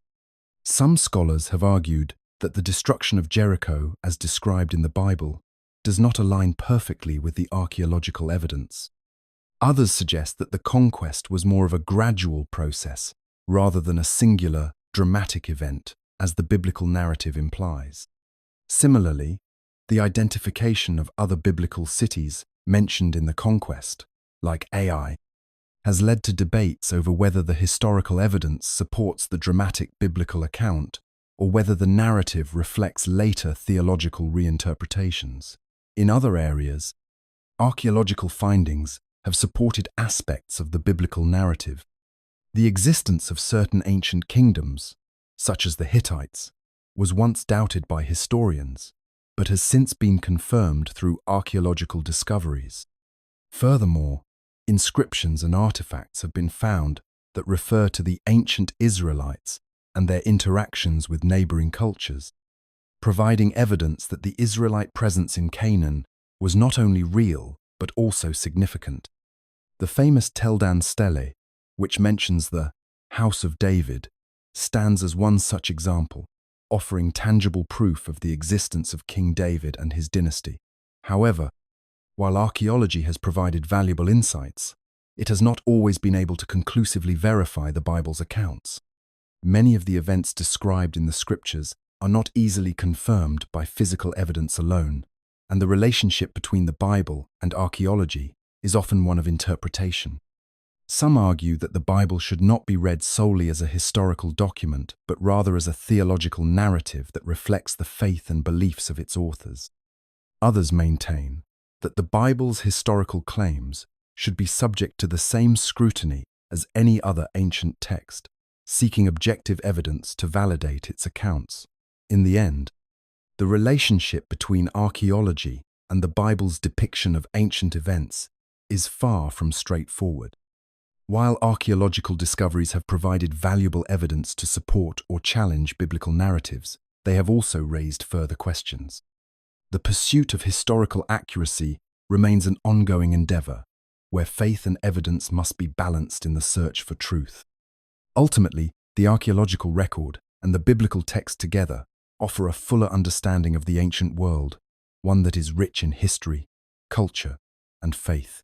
The ancient land of Canaan, a region wedged between the Mediterranean Sea and the desert expanses of Arabia, faced a variety of environmental challenges that profoundly shaped the lives of its inhabitants. The climate, characterized by long, hot, dry summers and short, cool, rainy winters, had a significant influence on agricultural practices and settlement patterns. The fertile coastal plains and river valleys contrasted sharply with the rocky hills and desert stretches, creating both opportunities and hardships for the people living there. Agriculture was the backbone of Canaanite and Israelite life, and the land's fertility, though rich in some areas, was unpredictable. The hills of Canaan were ideal for growing olives, grapes, and various grains, but the lack of consistent rainfall made irrigation essential for agricultural success. Over time, the inhabitants of Canaan developed innovative methods to cope with these climatic challenges. Terracing, a technique of building stone walls to create flat areas for farming, was used extensively in the hills to prevent soil erosion and to maximize the use of the limited arable land. This technique allowed farmers to cultivate crops on steep, otherwise unworkable slopes, making the most of the land's potential. Water, however, was the most critical resource in Canaan. The region lacked abundant freshwater sources, and the scarcity of rivers limited the possibilities for large-scale irrigation. As a result, many ancient Canaanite and Israelite settlements were strategically located near springs or wells, which were carefully protected and managed. In cities like Jerusalem, elaborate water systems were built, including tunnels and cisterns, to ensure a stable water supply. The famous Hezekiah's Tunnel, built to bring water into the city during a siege, stands as an enduring testament to the ingenuity required to overcome the land's natural limitations. The harsh climate also led to the development of specialized building techniques. The traditional Canaanite home, often built from stone or mud brick, was designed to offer shelter from the intense heat of summer and the chill of winter. Thick walls and small windows helped keep the interiors cool in the sweltering heat and warm during the cold nights. The architecture of the time was highly practical, focusing on sustainability and resilience in the face of environmental challenges. Canaanites also had to contend with the threat of natural disasters. Earthquakes, which were not uncommon in the region, could cause significant damage to structures and agricultural systems. The irregular flooding of the Jordan River was another hazard, especially in years of heavy rain, which could destroy crops and settlements. These environmental threats often shaped the course of history, as cities and populations that failed to adapt to the land's volatile nature were often left vulnerable to collapse. Despite these hardships, the people of ancient Canaan were remarkably adaptable. They innovated with techniques in agriculture, water management, and construction, ensuring their survival in a land that was as harsh as it was beautiful. Their ability to thrive in such a challenging environment not only allowed them to build a flourishing culture, but also laid the foundation for the civilizations that would follow in their footsteps. The environmental challenges of ancient Canaan were met with resilience, shaping the land and its people in ways that continue to be felt today. Canaan's strategic position in the ancient world made it a pivotal crossroads for trade, culture, and religion. Situated between Egypt to the southwest, Mesopotamia to the northeast, and the Mediterranean Sea to the west, the land of Canaan served as a vital link for the movement of goods, ideas, and people across the ancient world. This central location made it a melting pot of diverse cultures, each contributing to the region's dynamic history. As a key player in international trade, Canaan was the conduit through which goods from Egypt, Mesopotamia, and the Levant passed. The coastal cities, such as Tyre, Sidon, and Byblos, were bustling centers of commerce, serving as hubs for the exchange of materials like timber, metals, and textiles. The Canaanites were skilled craftsmen, known for their work in pottery, glass, and textiles, which were in demand across the ancient world. Canaan's role as a merchant civilization ensured that it played a central role in connecting distant empires and facilitated the movement of ideas, technologies, and cultural practices. Culturally, Canaan was a bridge between the great civilizations of Egypt and Mesopotamia. While the Canaanites had their own distinct religious beliefs and practices, they were also influenced by the dominant cultures around them. The polytheistic beliefs of the Canaanites, with their pantheon of gods and goddesses, reflected a syncretism of Egyptian, Mesopotamian, and indigenous traditions. Over time, these cultural exchanges led to the development of a unique Canaanite civilization that both preserved its identity and incorporated elements from its neighbors. Religiously, Canaan's crossroads position also meant that it was a region where the gods of various cultures were worshipped.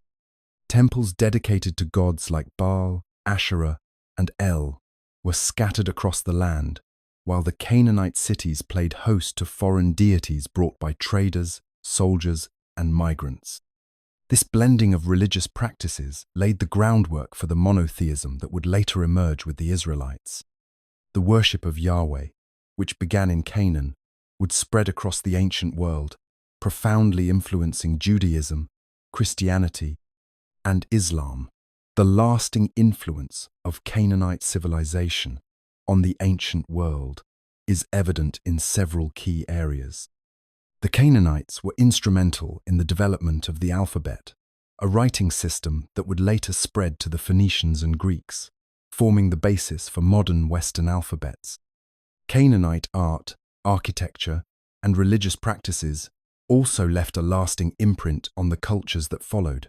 The famed Canaanite city of Ugarit, for example, was home to one of the earliest forms of alphabetic writing and provided crucial insights into the religious and cultural practices of the region. Through its connections to the broader ancient world, Canaan shaped the trajectory of history in ways that are still felt today.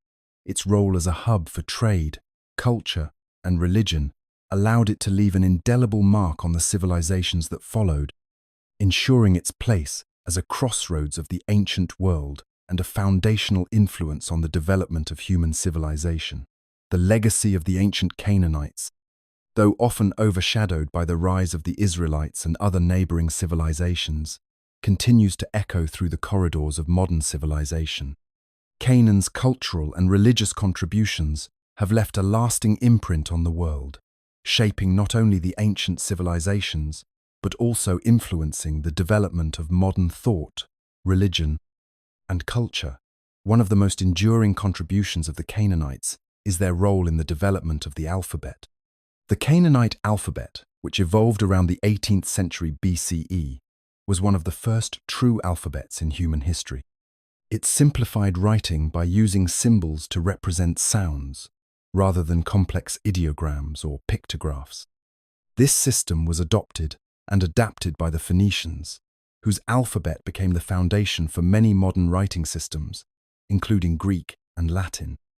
The widespread use of the alphabet paved the way for the development of written literature, science, and communication, making it one of the most important legacies of the ancient world that still shapes our daily lives.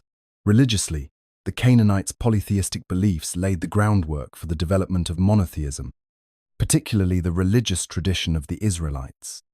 While Canaanite religion was centered around a pantheon of gods like Baal, Asherah, and El, it was in the cultural milieu of Canaan that the idea of a singular, all-powerful deity was conceived and nurtured.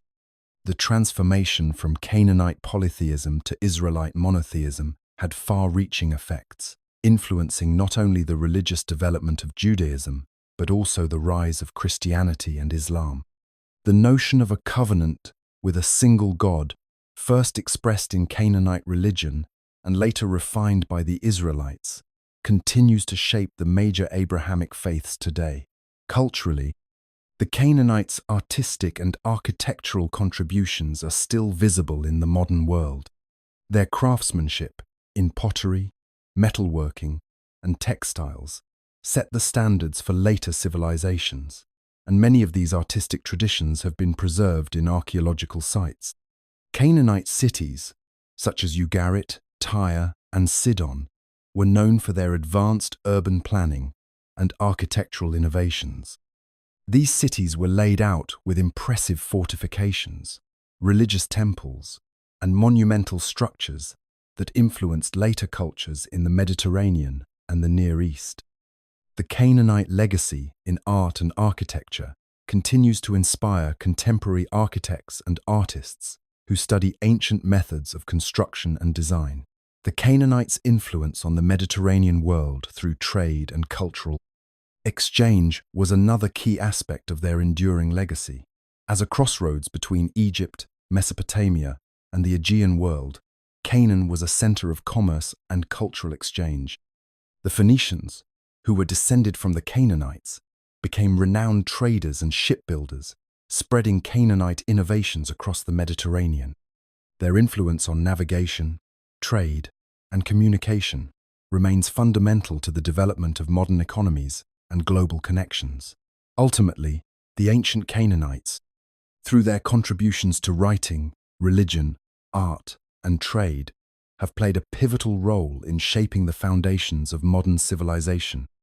Their legacy continues to resonate, both in the tangible artifacts left behind and in the ideas and innovations that continue to influence the modern world. The history of ancient Canaan is a story of rise and fall, of civilizations built upon the fertile land at the crossroads of empires, and of cultural evolution shaped by both external invasions and internal transformations.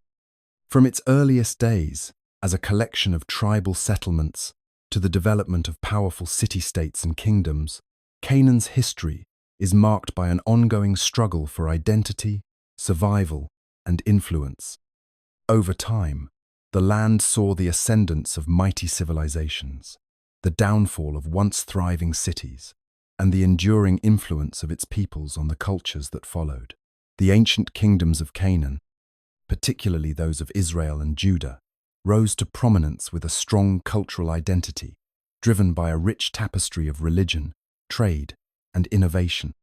The land's strategic location made it a vital trade route, linking the great powers of Egypt, Mesopotamia, and later Greece and Rome. Canaanite culture, known for its art, architecture, and early script development, laid the foundation for many of the ideas and practices that would shape future civilizations. Yet, As with many ancient cultures, the rise of these kingdoms was often followed by a slow decline. Invasions from foreign powers, internal strife, and shifts in political and religious ideologies led to the fall of Canaanite cities. The arrival of the Israelites marked a pivotal moment in the region's history, yet even they could not escape the cyclical nature of rise and decline. The fall of the northern kingdom of Israel, with the Assyrian conquest and the loss of the 10 lost tribes, was a devastating blow to the once unified people of Canaan. Similarly, the destruction of the southern kingdom of Judah, first under the Babylonians and later under Roman rule, marked the final chapters of an ancient civilization. Yet, despite these calamities, Canaan's legacy endured, not just in the artifacts and ruins left behind, but in the cultural and religious foundations that continue to reverberate through history. The monotheism born from Israelite traditions became a cornerstone of Western religious thought, influencing Judaism, Christianity, and Islam. Reflecting on the history of Canaan teaches us important lessons about the fragility of civilizations, the power of identity, and the enduring impact of culture. The ancient Canaanites, through their interactions with neighboring cultures and their own innovation, contributed significantly to the shaping of the ancient world. However, the fall of their city-states shows how external forces, be they military, economic, or ideological, can topple even the most resilient societies. The Israelites, in their struggle to maintain their distinct religious and cultural identity, also teach a valuable lesson in perseverance and adaptation. Through their exile and return, they demonstrated the power of belief, tradition, and memory to sustain a people across generations. In today's world, as we face our own challenges of political instability, cultural change, and external threats, the lessons from ancient Canaan remain relevant. The rise and fall of Canaan's kingdoms remind us that the strength of a civilization is not only built upon its military might or wealth, but also upon the resilience of its culture and the unity of its people. The lessons of history call us to reflect on the importance of cultural preservation, adaptability, and the enduring power of shared values. The history of ancient Canaan, though often overshadowed by the towering empires that came after, holds a profound significance that continues to echo throughout the world today. It is a history of resilience, transformation, and lasting influence. From its early days as a crossroads of trade and culture, to its role in shaping the spiritual foundations of major world religions, Canaan's impact on global civilization is undeniable. Canaan's cultural and religious legacy is perhaps most vividly seen in the emergence of Judaism, Christianity, and Islam. The Israelites, a people deeply rooted in Canaan, became the torchbearers of monotheism, which would later be embraced by billions. The stories of their patriarchs, their struggles and triumphs, and their covenant with God have resonated across centuries and continue to shape the moral and ethical landscapes of modern societies. The Bible, with its roots in the Canaanite region, remains one of the most influential texts in human history, providing guidance, inspiration, and reflection for countless generations. Beyond religion, Canaan's legacy is woven into the fabric of art, architecture, and social organization. The Canaanites, though often overshadowed by their conquerors, made significant contributions to the arts, developing intricate pottery, innovative building techniques, and a written language that influenced subsequent civilizations. These cultural achievements, while sometimes forgotten in the grand sweep of history, laid the groundwork for many of the artistic and architectural advancements that followed in the ancient world. Canaan's strategic location, lying between empires and civilizations, made it a cultural melting pot. This constant interaction between different peoples and ideas contributed to the flow of knowledge and the diffusion of culture, influencing societies from Egypt to Mesopotamia, and later Greece and Rome. The very land that witnessed the rise and fall of great kingdoms also witnessed the blending of ideas, from trade practices to religious concepts, that would shape the course of world history. Today, the modern state of Israel carries the weight of this ancient history, with Canaan's legacy informing its culture, identity, and the ongoing relationship with the surrounding world. The modern-day Jewish people, along with their Christian and Muslim counterparts, are the spiritual heirs to the traditions that originated in the hills and valleys of ancient Canaan. The land itself, with its rich archaeological sites and religious significance, continues to be a focal point for millions, drawing people who seek to understand their historical roots and the enduring impact of this ancient civilization. In reflecting on the history of Canaan, we are reminded that the past is never truly gone. The lessons, traditions, and legacies of the ancient world are not confined to dusty scrolls or crumbled ruins. They live on in our shared values, our cultural heritage, and the very way we understand our place in the world. The legacy of Canaan, therefore, is not just a chapter in ancient history. It is a living, breathing part of our collective story. Its significance will continue to resonate as long as we remember the lessons of the past and seek to understand the interconnectedness of humanity's journey.